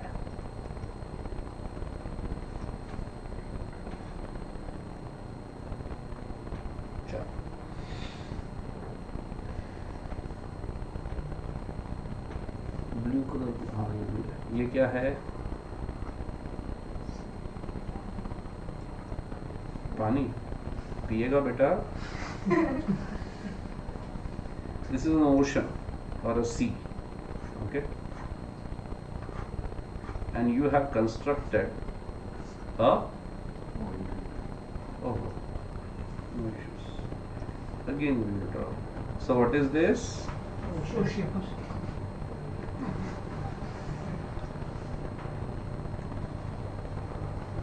And what are you constructing in this?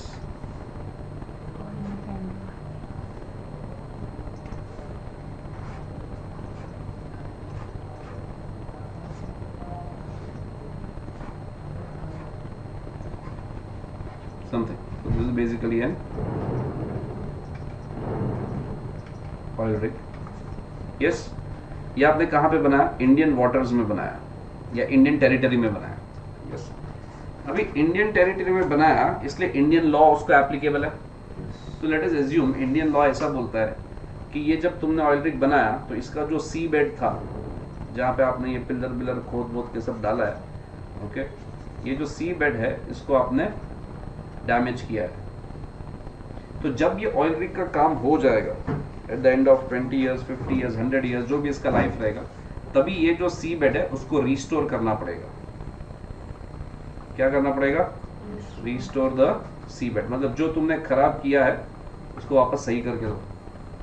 Obviously कब होगा? जब ऑयल रिग का काम पूरा हो जाएगा, may be 50 year, let's say 50 years के बाद. यस. अब जब ये रिस्टोरेशन का काम करोगे आप, क्या फ्री में होगा या पैसा देना पड़ेगा? ऑब्वियसली पैसा देना पड़ेगा. तो लेट्स अज्यूम 100 रुपया देना पड़ेगा. कभी देना पड़ेगा? After 50 years expected cost of restoration. कितना आएगा बेटा? ₹100. यस. अब सवाल उठता ही है कि ये 100 रुपया मुझे कॉस्ट ऑफ ऑयल रिग में ऐड होना चाहिए. ये जो ऑयल रिग है जो आपका असेट है, लेट्स से इसका cost is 5000 rupees.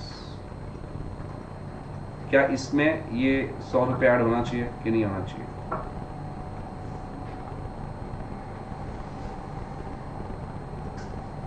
Should be added or shouldn't be added?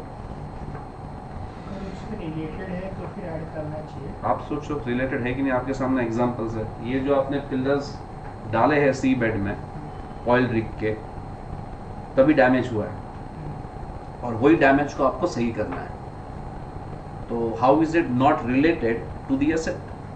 The damage has happened because of the asset. तू एसेट नहीं बनाता तो ये डैमेज होता क्या? तुमने एसेट बनाया यहाँ पे इसलिए वो डैमेज हुआ है, तो उसको सही करना है। या तो समझो आपने एक फैक्ट्री बनाया किधर तो भी जगह लैंड पे, लेकिन जिस लैंड पे तुमने बनाया वहाँ का जो लॉ है वो ये बोलता है कि एक बार तुम्हारा फैक्ट्री का काम खत्म हो जाएगा फिर फैक्ट्री को डिसमेंटल करना पड़ेगा, तोड़ना पड़ेगा पूरा, और ग्राउंड को लेवल अप करो। फैक्ट्री का स्ट्रक्चर खड़ा रह सकता नहीं है, ऐसा लॉ है, लेट्स एज्यूम। तो वो फैक्ट्री तोड़ने में भी तो खर्चा जाएगा, तो क्या वो खर्चा estimated cost, let's say again 100 rupees, that estimated cost of dismantling the asset should it be added to the cost of the asset? याद रखो वो खर्चा कब होने वाला है? एंड ऑफ द लाइफ में, मे बी 50 साल 20 साल तो तभी होएगा, अभी नहीं होने वाला है। बट आज जब मैं कॉस्ट ऑफ एसेट डिसाइड कर रहा हूं, should I add that cost to the cost of the asset?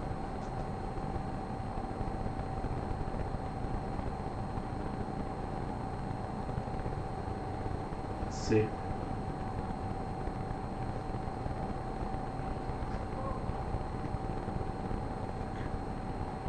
Answer is pretty simple. क्या ये जो आप खर्चे का बात कर रहे हो, सी बेड रिस्टोरेशन या डिसमेंटलिंग का, yes, is it a legal obligation on your head to incur that expense? क्या तुम्हारे सर पे कंपल्शन है लॉ के तरफ से? Yes. Can you avoid it? No. Then this expense is sure to be incurred, and ये तुमको जिस दिन तुमने असेट खरीदा उस दिन से पता है ना होगा, और अवॉइड हो सकता नहीं। you will have to add this cost to the cost of the asset. This is, in simple words, it is called as decommissioning liability. What is it called? Decommissioning. Commissioning of an asset means asset को चालू करना, decommissioning of the asset मतलब asset को बंद करना। तो ये decommissioning के टाइम का liability है, जो कब आया? पहले दिन से तुम्हारे सर पे आके बैठ गया। Can you avoid it? There is no way you can avoid it. In that case, ये 100 रुपये का खर्चा जो है वो तुमको कॉस्ट में ऐड करना पड़ेगा। See it is simple. आज मैंने 5000 में ऑयल रिग बनाया, यस, नहीं, 5100 रुपये में मैंने ऑयल रिग बनाया। खाली फर्क इतना है कि 5000 में आज पे कर रहा हूँ, 100 रुपये में 50 साल की बाद पे करेगा, लेकिन लायबिलिटी तो पहले दिन से आ गया ना। क्या इस लायबिलिटी के बिना, क्या ये 100 रुपये के खर्चे के बिना आप ये एसेट बना सकते हैं? नहीं बना सकते, आपको परमिशन ही नहीं है उसको बनाने का। जब तक आप अपने सर पे ये लायबिलिटी एक्सेप्ट नहीं करते तब तक आप ये एसेट भी नहीं बना सकते। Then how is this 100 rupees not the cost of asset? It is the cost of asset. खाली डिफरेंस किसका है? टाइमिंग का डिफरेंस है। आज 5000 रुपए का खर्चा कर रहे हो और 100 रुपया बाद में करोगे, उससे क्या फर्क पड़ता है? टाइमिंग के हिसाब से अकाउंटिंग नहीं होने वाला। कैश आउटफ्लो कब हो रहा है उसके हिसाब से अकाउंटिंग नहीं होएगा। खर्चा का लायबिलिटी तुम्हारे सर पे आज आ चुका है, आज वो कॉस्ट में ऐड होना चाहिए, और वो अवॉइडेबल भी नहीं है। क्या नहीं है वो? अवॉइडेबल भी नहीं है। बोलो सर, वो हम लोग ने पढ़ा था असेट के डेफिनेशन में reasonable cost can B reasonably estimated. Estimated. तो सर अगर 50 साल के बाद इसका कॉस्ट क्या ये होगा? आज का एस्टिमेट क्या बता रहा है बेटा? 100 रुपया। 10-20 साल के बाद वो 100 का 80 भी हो सकता है, या फिर 100 का 120 भी हो सकता है, तभी उसको री एस्टिमेट कर लेंगे। अल्टीमेटली तो बेटा ये एस्टिमेट है ना, एस्टिमेट कैन अंडरगो चेंज, उसका प्रॉब्लम नहीं है। कल उठ के समझो अगर 120 होता है तो मैं और 20 रुपया असेट में ऐड कर देगा। अगर ये 100 का 80 हो जाएगा तो मैं असेट का जो भी वैल्यू रहेगा उसमें से 20 रुपया कम कर देगा। वो एडजस्टमेंट चलता रहेगा, because is not going to be a smooth flow. I agree, but सवाल वो नहीं है, वो बाद में देखेंगे। आज ये 100 रुपया ऐड होगा, then answer is yes, because it can not avoided अवॉइडेड, and it is happening, it has come into existence when you are purchasing the asset from the day one. Are you getting it? Yes or no? Yes. So this is called as decommissioning liability. So you are supposed to create a provision for decommissioning liability. What do you create? Provision for decommissioning liability and add it to the cost of the asset. इसका entry कैसे पास करोगे? asset account debit to provision. अगर मुझे इसका entry पास करना है, या oil rig का अगर एंट्री पास करना है, तो मैं क्या बोलेगा? What is the name of the asset? 5100 to cash bank. 5000 तो रोकड़े में गया ना, and to provision for decommissioning liability कितना, प्रोविजन क्रिएट होंगे और वहां पे कैपिटलाइज हो गया, पीएनएल में डेबिट होएगा नहीं। Are you getting this? Yes और नो? इसमें एक ट्विस्ट है। क्या ट्विस्ट है? सिंपल है। 100 रुपए का खर्चा कब है, आज या 50 साल के बाद? 50 साल के बाद। 100 रुपया 50 साल के बाद का वैल्यू है और आज उसको ऐड कर रहे हो, नहीं चलेगा। 100 रुपए का प्रेजेंट वैल्यू निकालो। क्या निकालो? Present value. उसको डिस्काउंट करके आज का वैल्यू पे लेके आओ। समझो उसको अगर मैं डिस्काउंट करके प्रेजेंट वैल्यू पे लेके आता हूँ तो उसका वैल्यू बनता है सिर्फ 60 rupees. Then what is the cost of the asset? 5060। So 60 rupees is the present value of decommissioning liability. So provision is created, provision is capitalized, but वो provision का amount क्या रहेगा?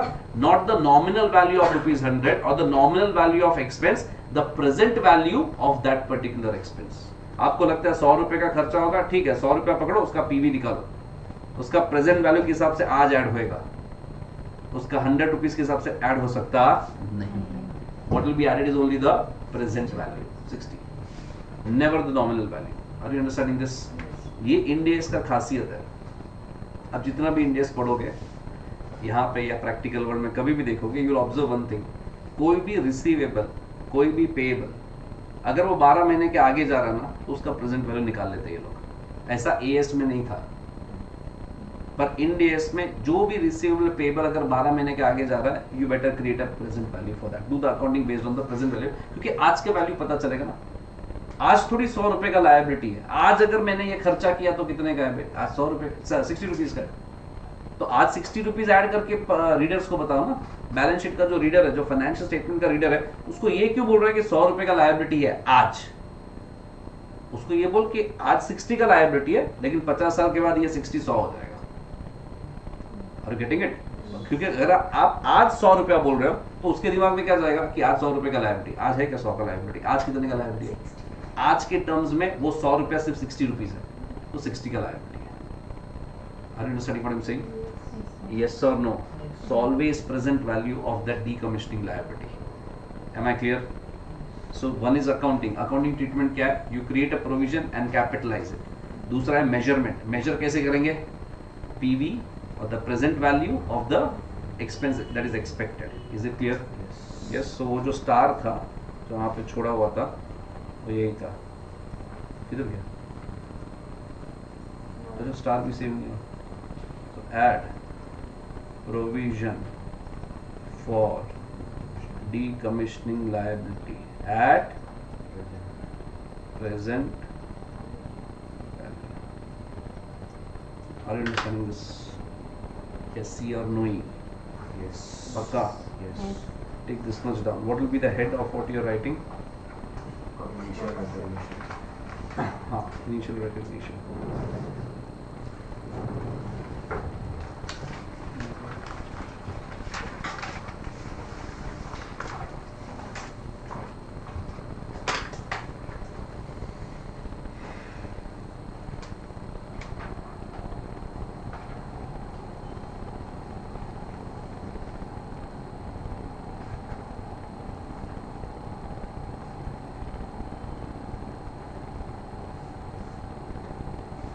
Second condition, cost should be reliably measurable.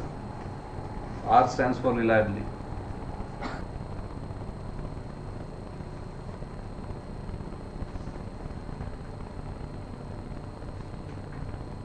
Should I scroll? Yes, sir.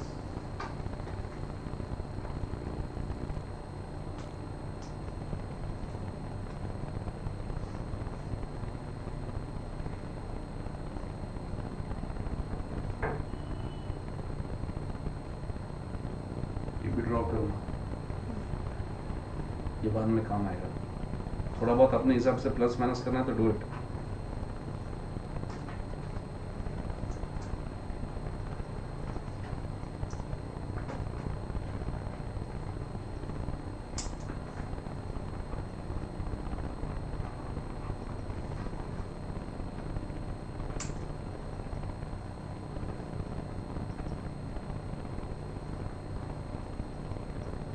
Sir वो मोटा part of cost क्यों लिखा है? किधर? Provision for ECL. अरे अंकल, ये आपने अलग हेड बनाया था जिसमें ये लिस्ट था नीचे. What is not a part of cost? Cash discount, refundable taxes, abnormal losses, admin expenses. ऐसे जगह उतना कंज्यूम हो गया.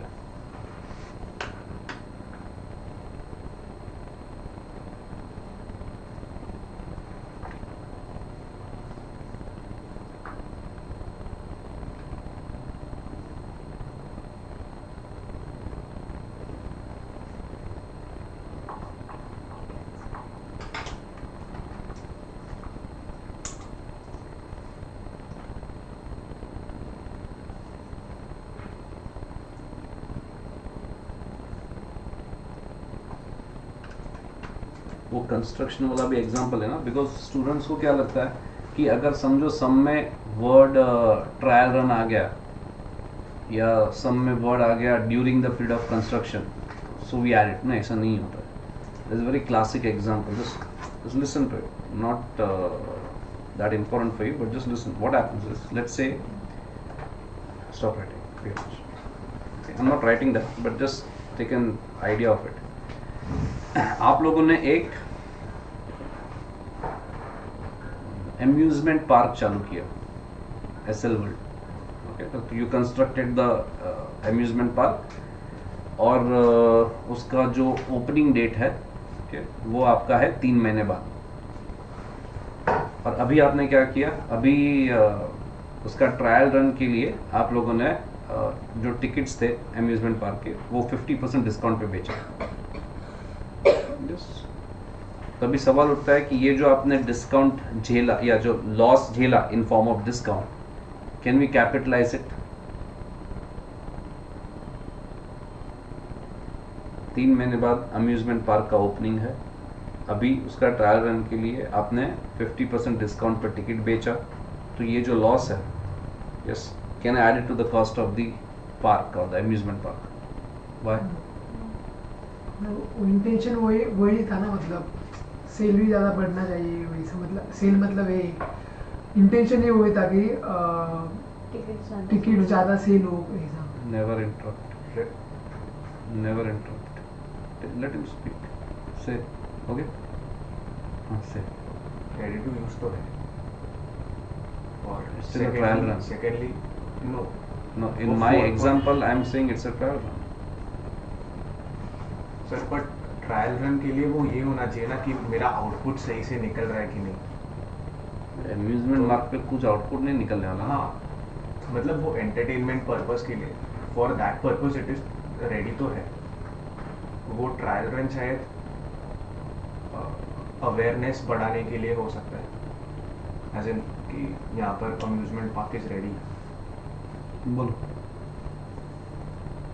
I'm not saying it's wrong. I'm not saying it's right. I just heard your answers. What should we do? Anyone interested? Seriously.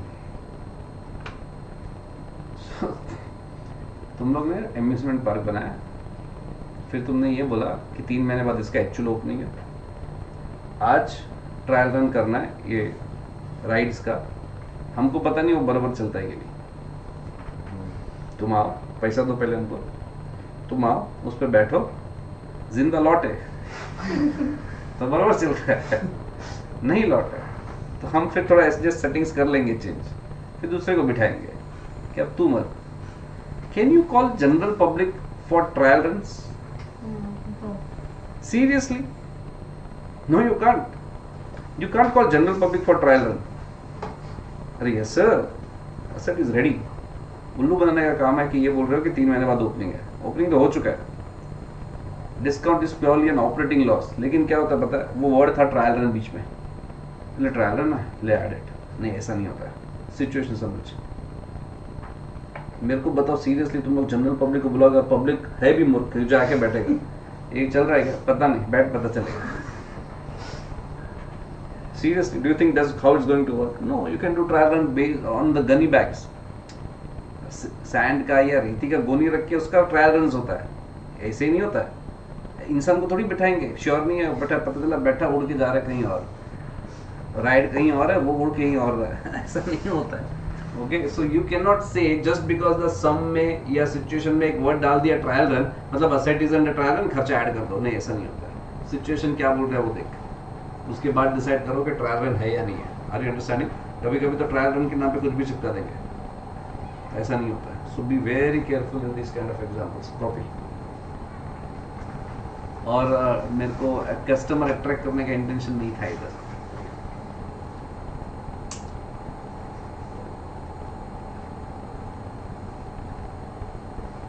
तो जिन जिन रिश्तेदारों से मुझे नफरत है सबको मैं टिकट फ्री में बांटू। आओ भाई बैठो, एंजॉय।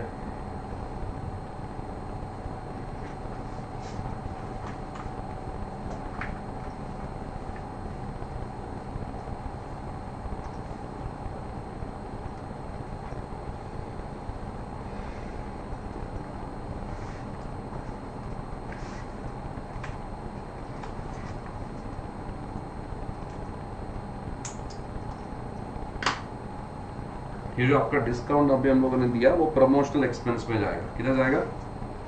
Promotional expense. तुमने अम्यूजमेंट पार्क बना दिया, बाद में ऋतिक रोशन को बुलाया उसका उद्घाटन के लिए, उसको तुमने 2 करोड़ रुपया दिया। Should add this cost to the cost of amusement park? No, asset is ready. किसी को नहीं बुलाओगे तो भी इट्स रेडी, वो चलेगा जैसे चलना चाहिए वैसे। So this is not required to make the asset ready for its intended use. Yes और no?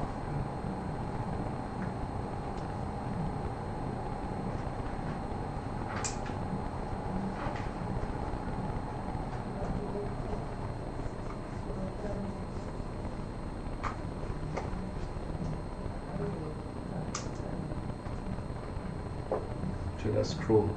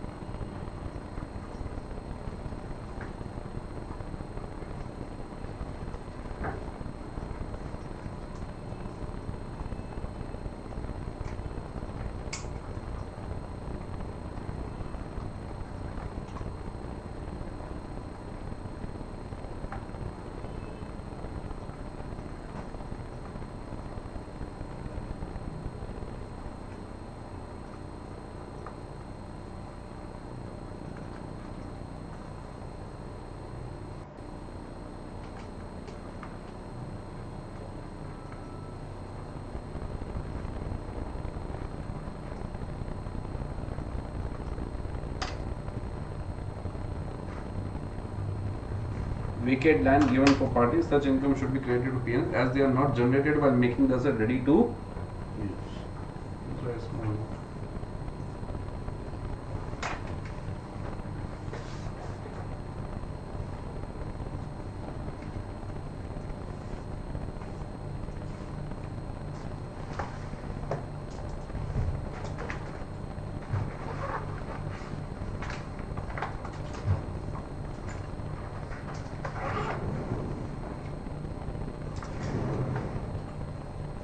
See what happened. See?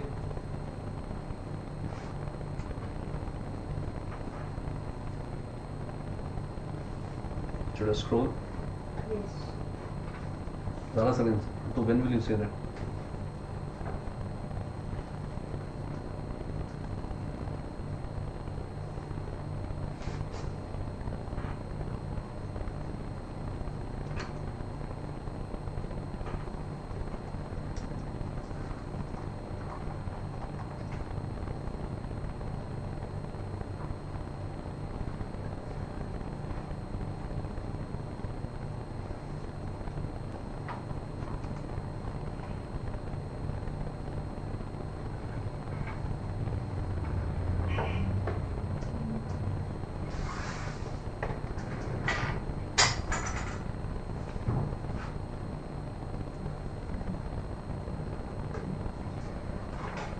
Done. I wanted to copy the entry. What is DCL? Restores. बोलो.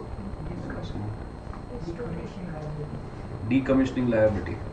There are many names to it. It's like a rehabilitation, restoration, dismantling liability. So basically, all these expenses are incurred at the time of end of the life of the asset. So we in general call them as decommissioning liability, DCL. Write full form at least once. अच्छा ऐसा लिखना 5100 5100 फिर 100 को cut करके 60 लिखना. 60 is the PV of DCL. Write it in that fashion.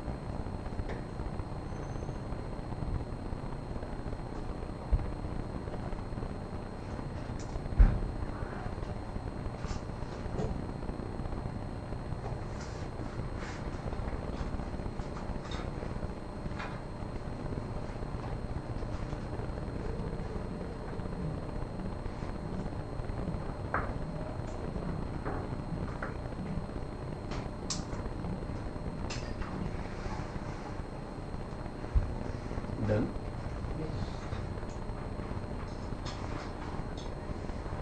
Shall we move on? What's the next way of purchasing the asset or acquiring the asset?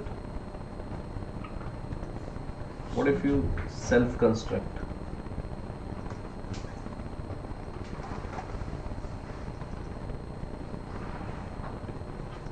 What if you self-construct? How do you calculate the cost? क्या क्या आएगा? खुद building बना रहे हो, खुद का asset machine बना रहे हो, क्या क्या आएगा, क्या क्या नहीं आएगा? रॉ मटेरियल आएगा, डायरेक्ट लेबर आएगा, अदर डायरेक्ट एक्सपेंसेस आएगा. Basically all the expenses incurred to make the asset ready for its intended use, सब कुछ कैपिटलाइज होएगा. इन डेज उसको एकदम सिंप्लीफाइड वर्जन में उसको एक्सप्लेन करता है. वो बोलता है कि अगर समझो सेल्फ कंस्ट्रक्टेड असेट है, अभी खुद के लिए अगर आप असेट बना रहे हो, तो वो तुम्हारे लिए फिक्स्ड असेट ना होके अगर इन्वेंट्री होता तो उसका कॉस्ट कैसे कैलकुलेट करते हैं, वैसे इसका कॉस्ट कैलकुलेट करो. अगर आप खुद का इन्वेंट्री बनाते हो तो उसमें क्या क्या आता है? डायरेक्ट रॉ मटेरियल आता है, डायरेक्ट लेबर आता है, अदर डायरेक्ट एक्सपेंस आता है. जब तक इन्वेंट्री तैयार नहीं हो जाता तब तक का सारा खर्चा ऐड होता है. तो सेम लॉजिक अप्लाई करो. तो उसने कुछ नया नहीं बोला, बोला कि जैसे आप अगर ये एसेट आपका इन्वेंट्री होता तो उसका वैल्यूएशन कैसे करते, वैसे इसका वैल्यूएशन करो. इन सिंपल वर्ड्स उसने पूरे का पूरा जो बर्डन था वो इंड एस टू इन्वेंट्री पे डाल दिया कि जैसे वहां पे कैलकुलेट करते हो वैसे इसका भी कर लो, क्योंकि दोनों का logic is going to remain the same. क्यों दोनों का लॉजिक सेम रहेगा? वो इन्वेंट्री है, ये पीपी फिक्स्ड असेट है, ऐसा क्यों सेम रहेगा? क्योंकि दोनों असेट ही है. दोनों अल्टीमेटली क्या है? असेट है.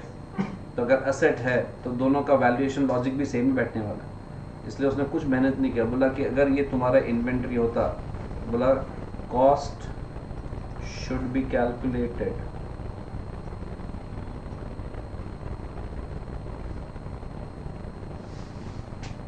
as if the PPE was our inventory. Just for your reference, Ind AS. Are you getting it? यार इसी के कॉन्टेक्स्ट में एक और चीज़ है. हम लोग ने देखा था बायोलॉजिकल एसेट. कौन सा बायोलॉजिकल एसेट? Bearer plants. इसका वैल्यूएशन कैसे करोगे?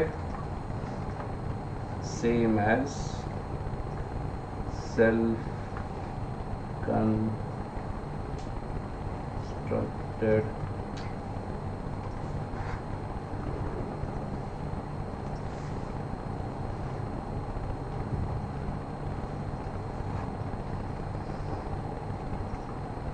तो जैसे आप सेल्फ कंस्ट्रक्टेड एसेट का वैल्यूएशन करते हो वैसे ही आपको क्या करना पड़ेगा? Biological asset in nature of bearer plant का कैलकुलेशन करना पड़ेगा, because they are self constructed. For example, हमने जब वो मैंगो ट्री वाला एग्जांपल लिया था तभी हमने क्या बोला था कि आपने आज सैपलिंग खरीदा है, उसका एज क्या है? 4 साल. अभी ये 4 साल का मैंगो ट्री तुमको फ्रूट देगा क्या? तुमको 20-25 साल वेट करना पड़ेगा. तुम्हें 20-25 साल में इसको मेंटेन करना पड़ेगा, मैन्योर डालना पड़ेगा, फर्टिलाइजर्स डालना पड़ेगा. सब फ्री में होने वाला है कि खर्चा होएगा? खर्चा होगा। ये सब खर्चा होएगा तब जाके वो तैयार होगा मैंगो देने के लिए। हम्म। तो it is like you are constructing your own asset, और ये 20 साल 25 साल में जितना भी खर्चा होगा ये एसेट पे सब कैपिटलाइज होगा, बिकॉज उसके बिना वो एसेट तैयार होने वाला नहीं है। Are you understanding this? अरे yes sir. So it's simple same as self constructed asset, nothing new in that. और कौन सा तरीका होता है एसेट खरीदने का?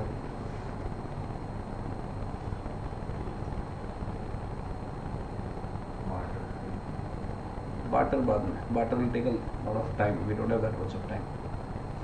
Barter is a problem, and there is again a clash with your study material, so it will take a bit of time. So we'll go for something that you're going to learn in future. समझो आपने business combination में asset खरीदा है. What is business combination?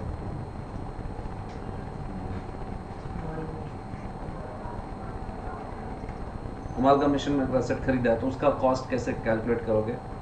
Now we are getting into Ind AS 103 जो आपके syllabus में है।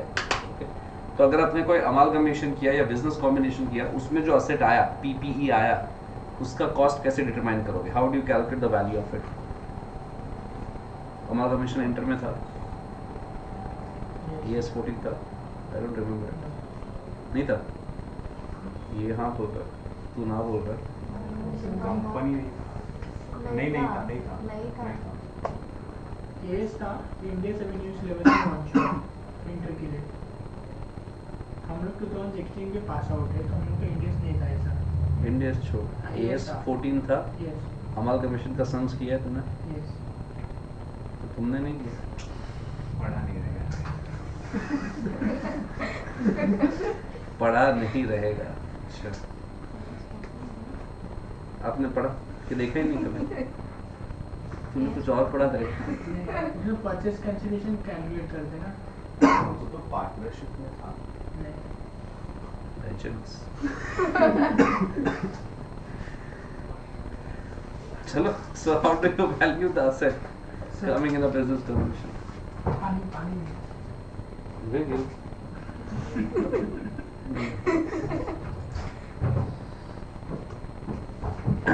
Then how do you value it? India's 103 says amalgamation में जितना भी assets आएगा, PPE आएगा, they are to be measured at fair value. At what value? Fair value. Okay. Be very careful. Not at cost, but at its fair value. Okay. What is the difference between this? Let's say आप लोग अपने लिए कोई एक dress खरीदने गए. Yes.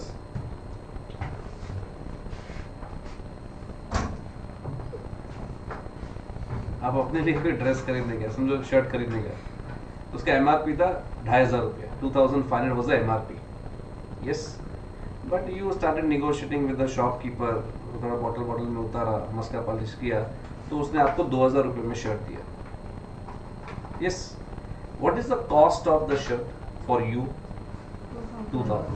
What is the fair value of the shirt? 2500. Normally cost is what you pay for it.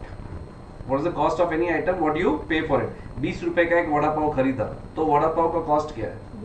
20 रुपए. Because you paid that much for it. In our example, shirt का आपने कितना पे किया? 2000. So that is the cost. But what is the fair value? 2500. Amalgamation में जो asset आता ना, वो 2500 पे रिकॉर्ड होएगा, भले आपने उसके लिए 2000 रुपीज दिया हो. What you pay is irrelevant. In amalgamation, what you pay, the purchase consideration itself is irrelevant. बोला asset will be valued at fair value, not at what you paid for it. उसका reason है, उसका logic है, उसका फिर रिपरकेशंस है कि ऐसा करने से क्या इफेक्ट होएगा, वो आप बिजनेस कॉम्बिनेशन में सीखना. अभी उसमें जाने का जरूरत नहीं है, बट ये इंपॉर्टेंट चीज है, इसको याद रखो कि फेयर वैल्यू अलग हो सकता है और कॉस्ट भी अलग हो सकता है.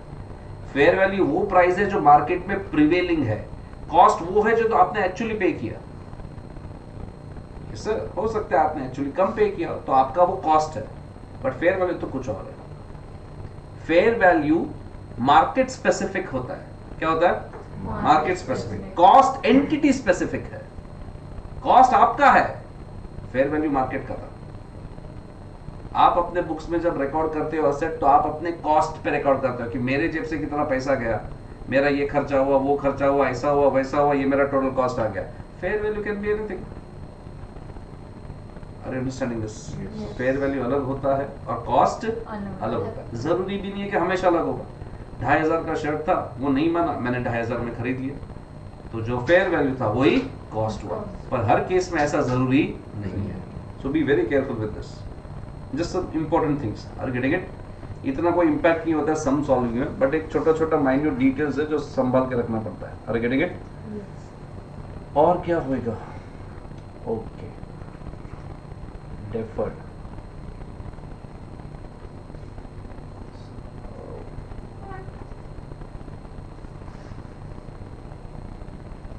Credit terms. आपने asset खरीदा on what? Deferred credit terms. Say for example like this.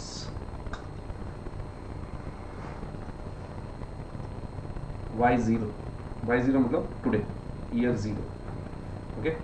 अभी आप एक मशीन खरीदने गए, तो सब गए, बोला ये मस्त मशीन पैक करो, तो बोला ठीक है. वो भाई साहब ने पैकिंग के लिया, गया, चालू किया, शॉपकीपर ने पैकिंग, फिर बोला कि ठीक है इसका 100 रुपया है. What is the value? 100 रुपया. बोला एक प्रॉब्लम है. हाँ नहीं है 100 रुपया. बोला तो असेट क्यों खरीद रहे? बोला मेरे पास स्कीम है, 100 रुपया नहीं है, मेरे पास क्या है? स्कीम है. चड्डी पे गड्डी ऑफर. क्या स्कीम है? बोला आज मेरे पास 100 रुपया नहीं है, मैं ना 2 साल के बाद पैसा देगा. कितना साल के बाद पैसा देगा? 2 साल के बाद. तो शॉपकीपर बोलता है चलेगा, मेरे को प्रॉब्लम नहीं है, लेकिन 2 साल के बाद 100 रुपया नहीं 120 रुपया दे. कितना रुपया दे? 120 रुपया दे. So are you going to make the payment today or you are going to make the payment after 2 years? After 2 years. Are you going to make the payment of 100 or are you going to make the payment of 120? 120. Then the question is, what is the cost of the asset? 120. 120. Yes or no? Yes. Are yes or no? Say confidently, beta. Yes. You're not sure, then say no. Just because everyone is saying 120, that does not mean that you are supposed to say 120. तू तेरा बोला answer. कोई शादी नहीं करेगा यहाँ पे. तू भी नहीं करेगा क्या? 100.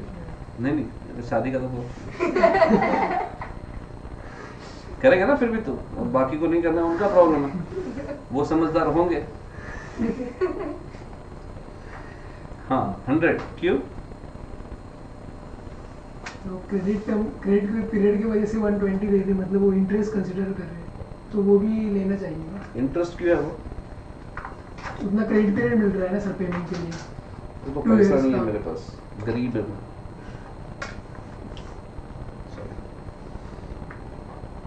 Okay, that's your answer.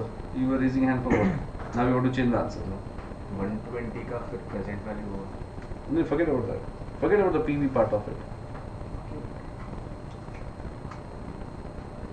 120. Why 120? So would you like to argue? आपके मुवक्किल 120 कह रहे हैं, सॉरी 100 कह रहे हैं, और आप 120 कह रहे हैं, तो would you like to fight? He may start it. Okay, you just start. Defense. बोला ना. His contention और his argument is कि 20 रुपया तो डीले की वजह से है.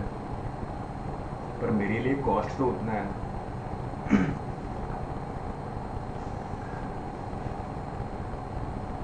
$120 में मेरे पास मशीन आ रहा है और फिर मैं वो यूज कर सकता हूँ. 100 पे नहीं आ रहा है, भले वो बाद में.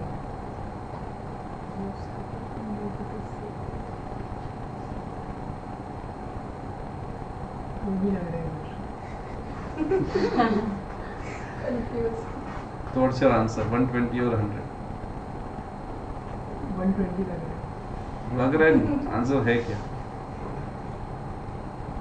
वैसे सोची तो 120. Don't try to manipulate the things. Is the cost of the asset 100 or 120? It's a very simple black and white answer. It's 100 or 120.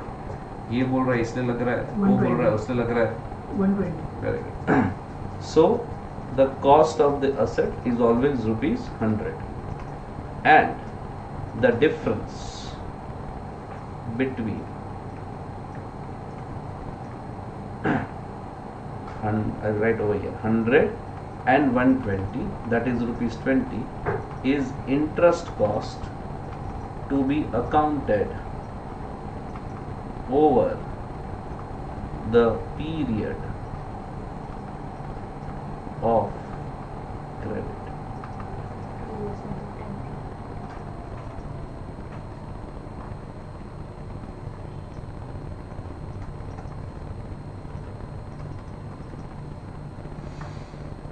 You were right.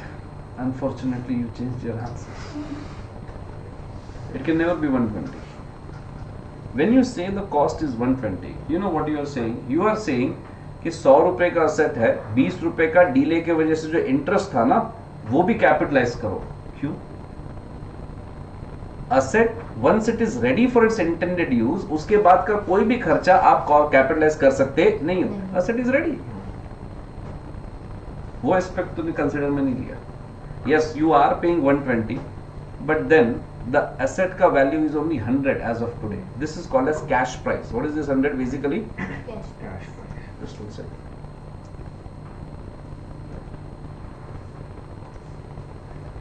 So this is cash price. That is equal to cost. So cost is 100, okay? And the difference between the cash price and the total amount paid. Total amount paid is always the interest cost. It will never be capitalized because asset is ready. समझो आप ऐसा बोलते हो hypothetically कि मैंने asset तो खरीद लिया, इसको रेडी टू यूज करने के लिए 6 महीना लगेगा, से फॉर एग्जांपल. हाँ, तो 6 महीने का इंटरेस्ट में कैपिटलाइज करेगा 5 रुपया. 15 रुपया कैपिटलाइज हो सकता नहीं है. Are you understanding this? Yes. Yes or no? Yes. But अगर कुछ नहीं बोला है, खाली इतना इंफॉर्मेशन है, 100 and 120, 100 is the cost, 100 is the cost, 20 is the interest. So what is the cost? Cost is always the cash price. Always the cash price. On which date? Date of purchase. Yes, sir. And the difference between the cash price, which is 100, and total amount payable is equal to interest, which is accounted over the period of. Are you understanding this? This is called as deferred credit terms. इसमें और एक छोटा सा detail है, not that important, but still I'm discussing it with you. तुमने asset खरीदा Y0 पे. अभी नॉर्मल क्रेडिट टर्म है 6 महीने का, मतलब 6 महीने के बाद ही पैसा सब लोग देते हैं. असेट लेके जाएंगे, इंस्टॉल करेंगे, 6 महीना यूज करेंगे, उसके बाद ही पैसा देते हैं. Yes sir. नॉर्मली अगर दिया तो भी, अगर तुमने 2 साल का टर्म नहीं किया, नॉर्मल टर्म्स में अगर आपने खरीदा तो भी 6 महीने का क्रेडिट पीरियड मिलता है, मार्केट का प्रैक्टिस है. पर हमने 2 साल के बाद देने का एग्रीमेंट किया क्योंकि अपने पास पैसा नहीं है. तो ये जो इंटरेस्ट है ना 20 रुपया, वो कितने पीरियड में स्प्रेड करोगे? 2 साल में या 1.5 साल में? 1.5 साल. डेफर्ड क्रेडिट, एक्स्ट्रा क्रेडिट कितने का है? सिर्फ 1.5 साल का एक्स्ट्रा क्रेडिट है. 6 महीने का क्रेडिट तो बाय डिफॉल्ट मिल रहा था. अगर समझो मैंने नॉर्मल टर्म्स पे खरीदा होता और मैं 6 महीने के बाद पेमेंट करने जाता, तो क्या 6 महीने का इंटरेस्ट चार्ज कर सकता था वो? नहीं. तो उसने जो 20 रुपए का इंटरेस्ट चार्ज किया, वो नॉर्मल क्रेडिट के बाद का पीरियड के लिए ही किया ना. जो एक्सटेंडेड क्रेडिट है उसी के लिए किया, क्योंकि 6 महीने में तो इंटरेस्ट चार्ज कर नहीं सकता है, वो तो सब लोग दे रहे हैं. 6 महीने से ज्यादा डिले किया तो इंटरेस्ट चार्ज होना शुरू हो जाएगा. Yes or no? Yes. When you go in a taxi, से ऐसे टैक्सी में गए तो पहला 2 किलोमीटर तक तो फिक्स्ड प्राइस होता है. 2 किलोमीटर के ऊपर गए तब जाके वो मीटर डाउन होना शुरू होता है ना. तो अगर आपने 1.5 किलोमीटर ट्रैवल किया है तो you will be eligible for additional cost? No. फिर जो बेसिक प्राइस है वही पे करना है. तो यहाँ पे भी क्रेडिट पीरियड जो है सो है, उसमें इंटरेस्ट चार्ज होने वाला नहीं. उसके ऊपर गए तो इंटरेस्ट चार्ज रहेगा. तो सिर्फ 1.5 साल में इंटरेस्ट चार्ज रहेगा. बट जनरली ऐसा क्वेश्चंस देखा नहीं गया. Okay, if they ask you, they will ask you for entire 2 years. या तो आज खरीद या 2 महीने बाद पैसा दे.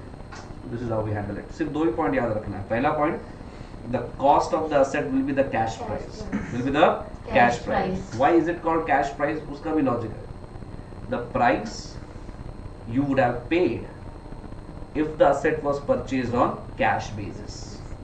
आज ही पैसा दे के खरीदा होता ना तो 100 रुपया देना पड़ता, इसलिए उसको कैश प्राइस बोला जाता है। अकाउंटिंग वर्ल्ड में आप किसी भी आइटम का नाम पे अगर फोकस करोगे तो 90-95% ऑफ द टाइम उसका लॉजिक समझ में आ जाता है। Just you have to focus properly, you have to understand what is it trying to say, कि भाई कैश प्राइस क्यों बोल रहा है, कि आज खरीदा तो इतना कैश देना पड़ता है, तो वो कैश प्राइस है। और दूसरा point, the difference between the cash price and the total amount payable is the interest which is recognized over the term of credit. Are you getting it? Yes or no? Please take this down and you are free to go.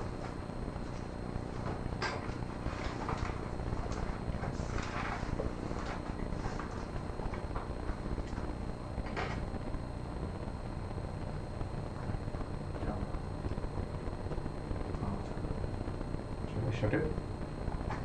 हो या मैं करूँगा।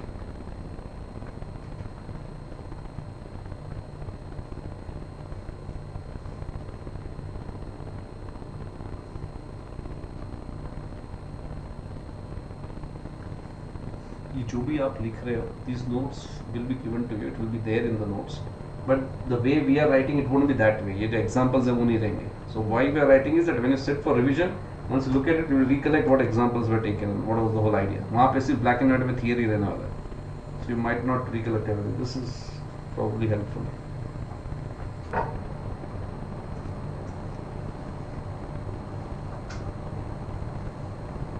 यहाँ पे मैं एक चीज़ add कर दूँ, take a note of it.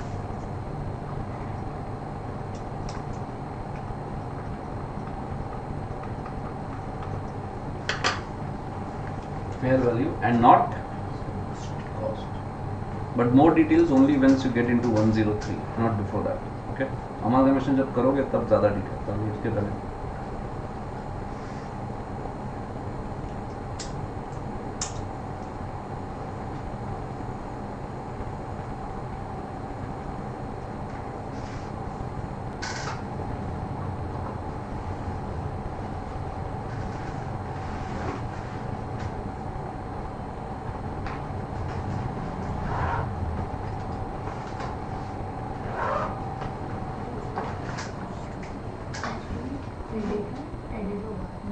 interest cost to be accounted over the period of credit. AC.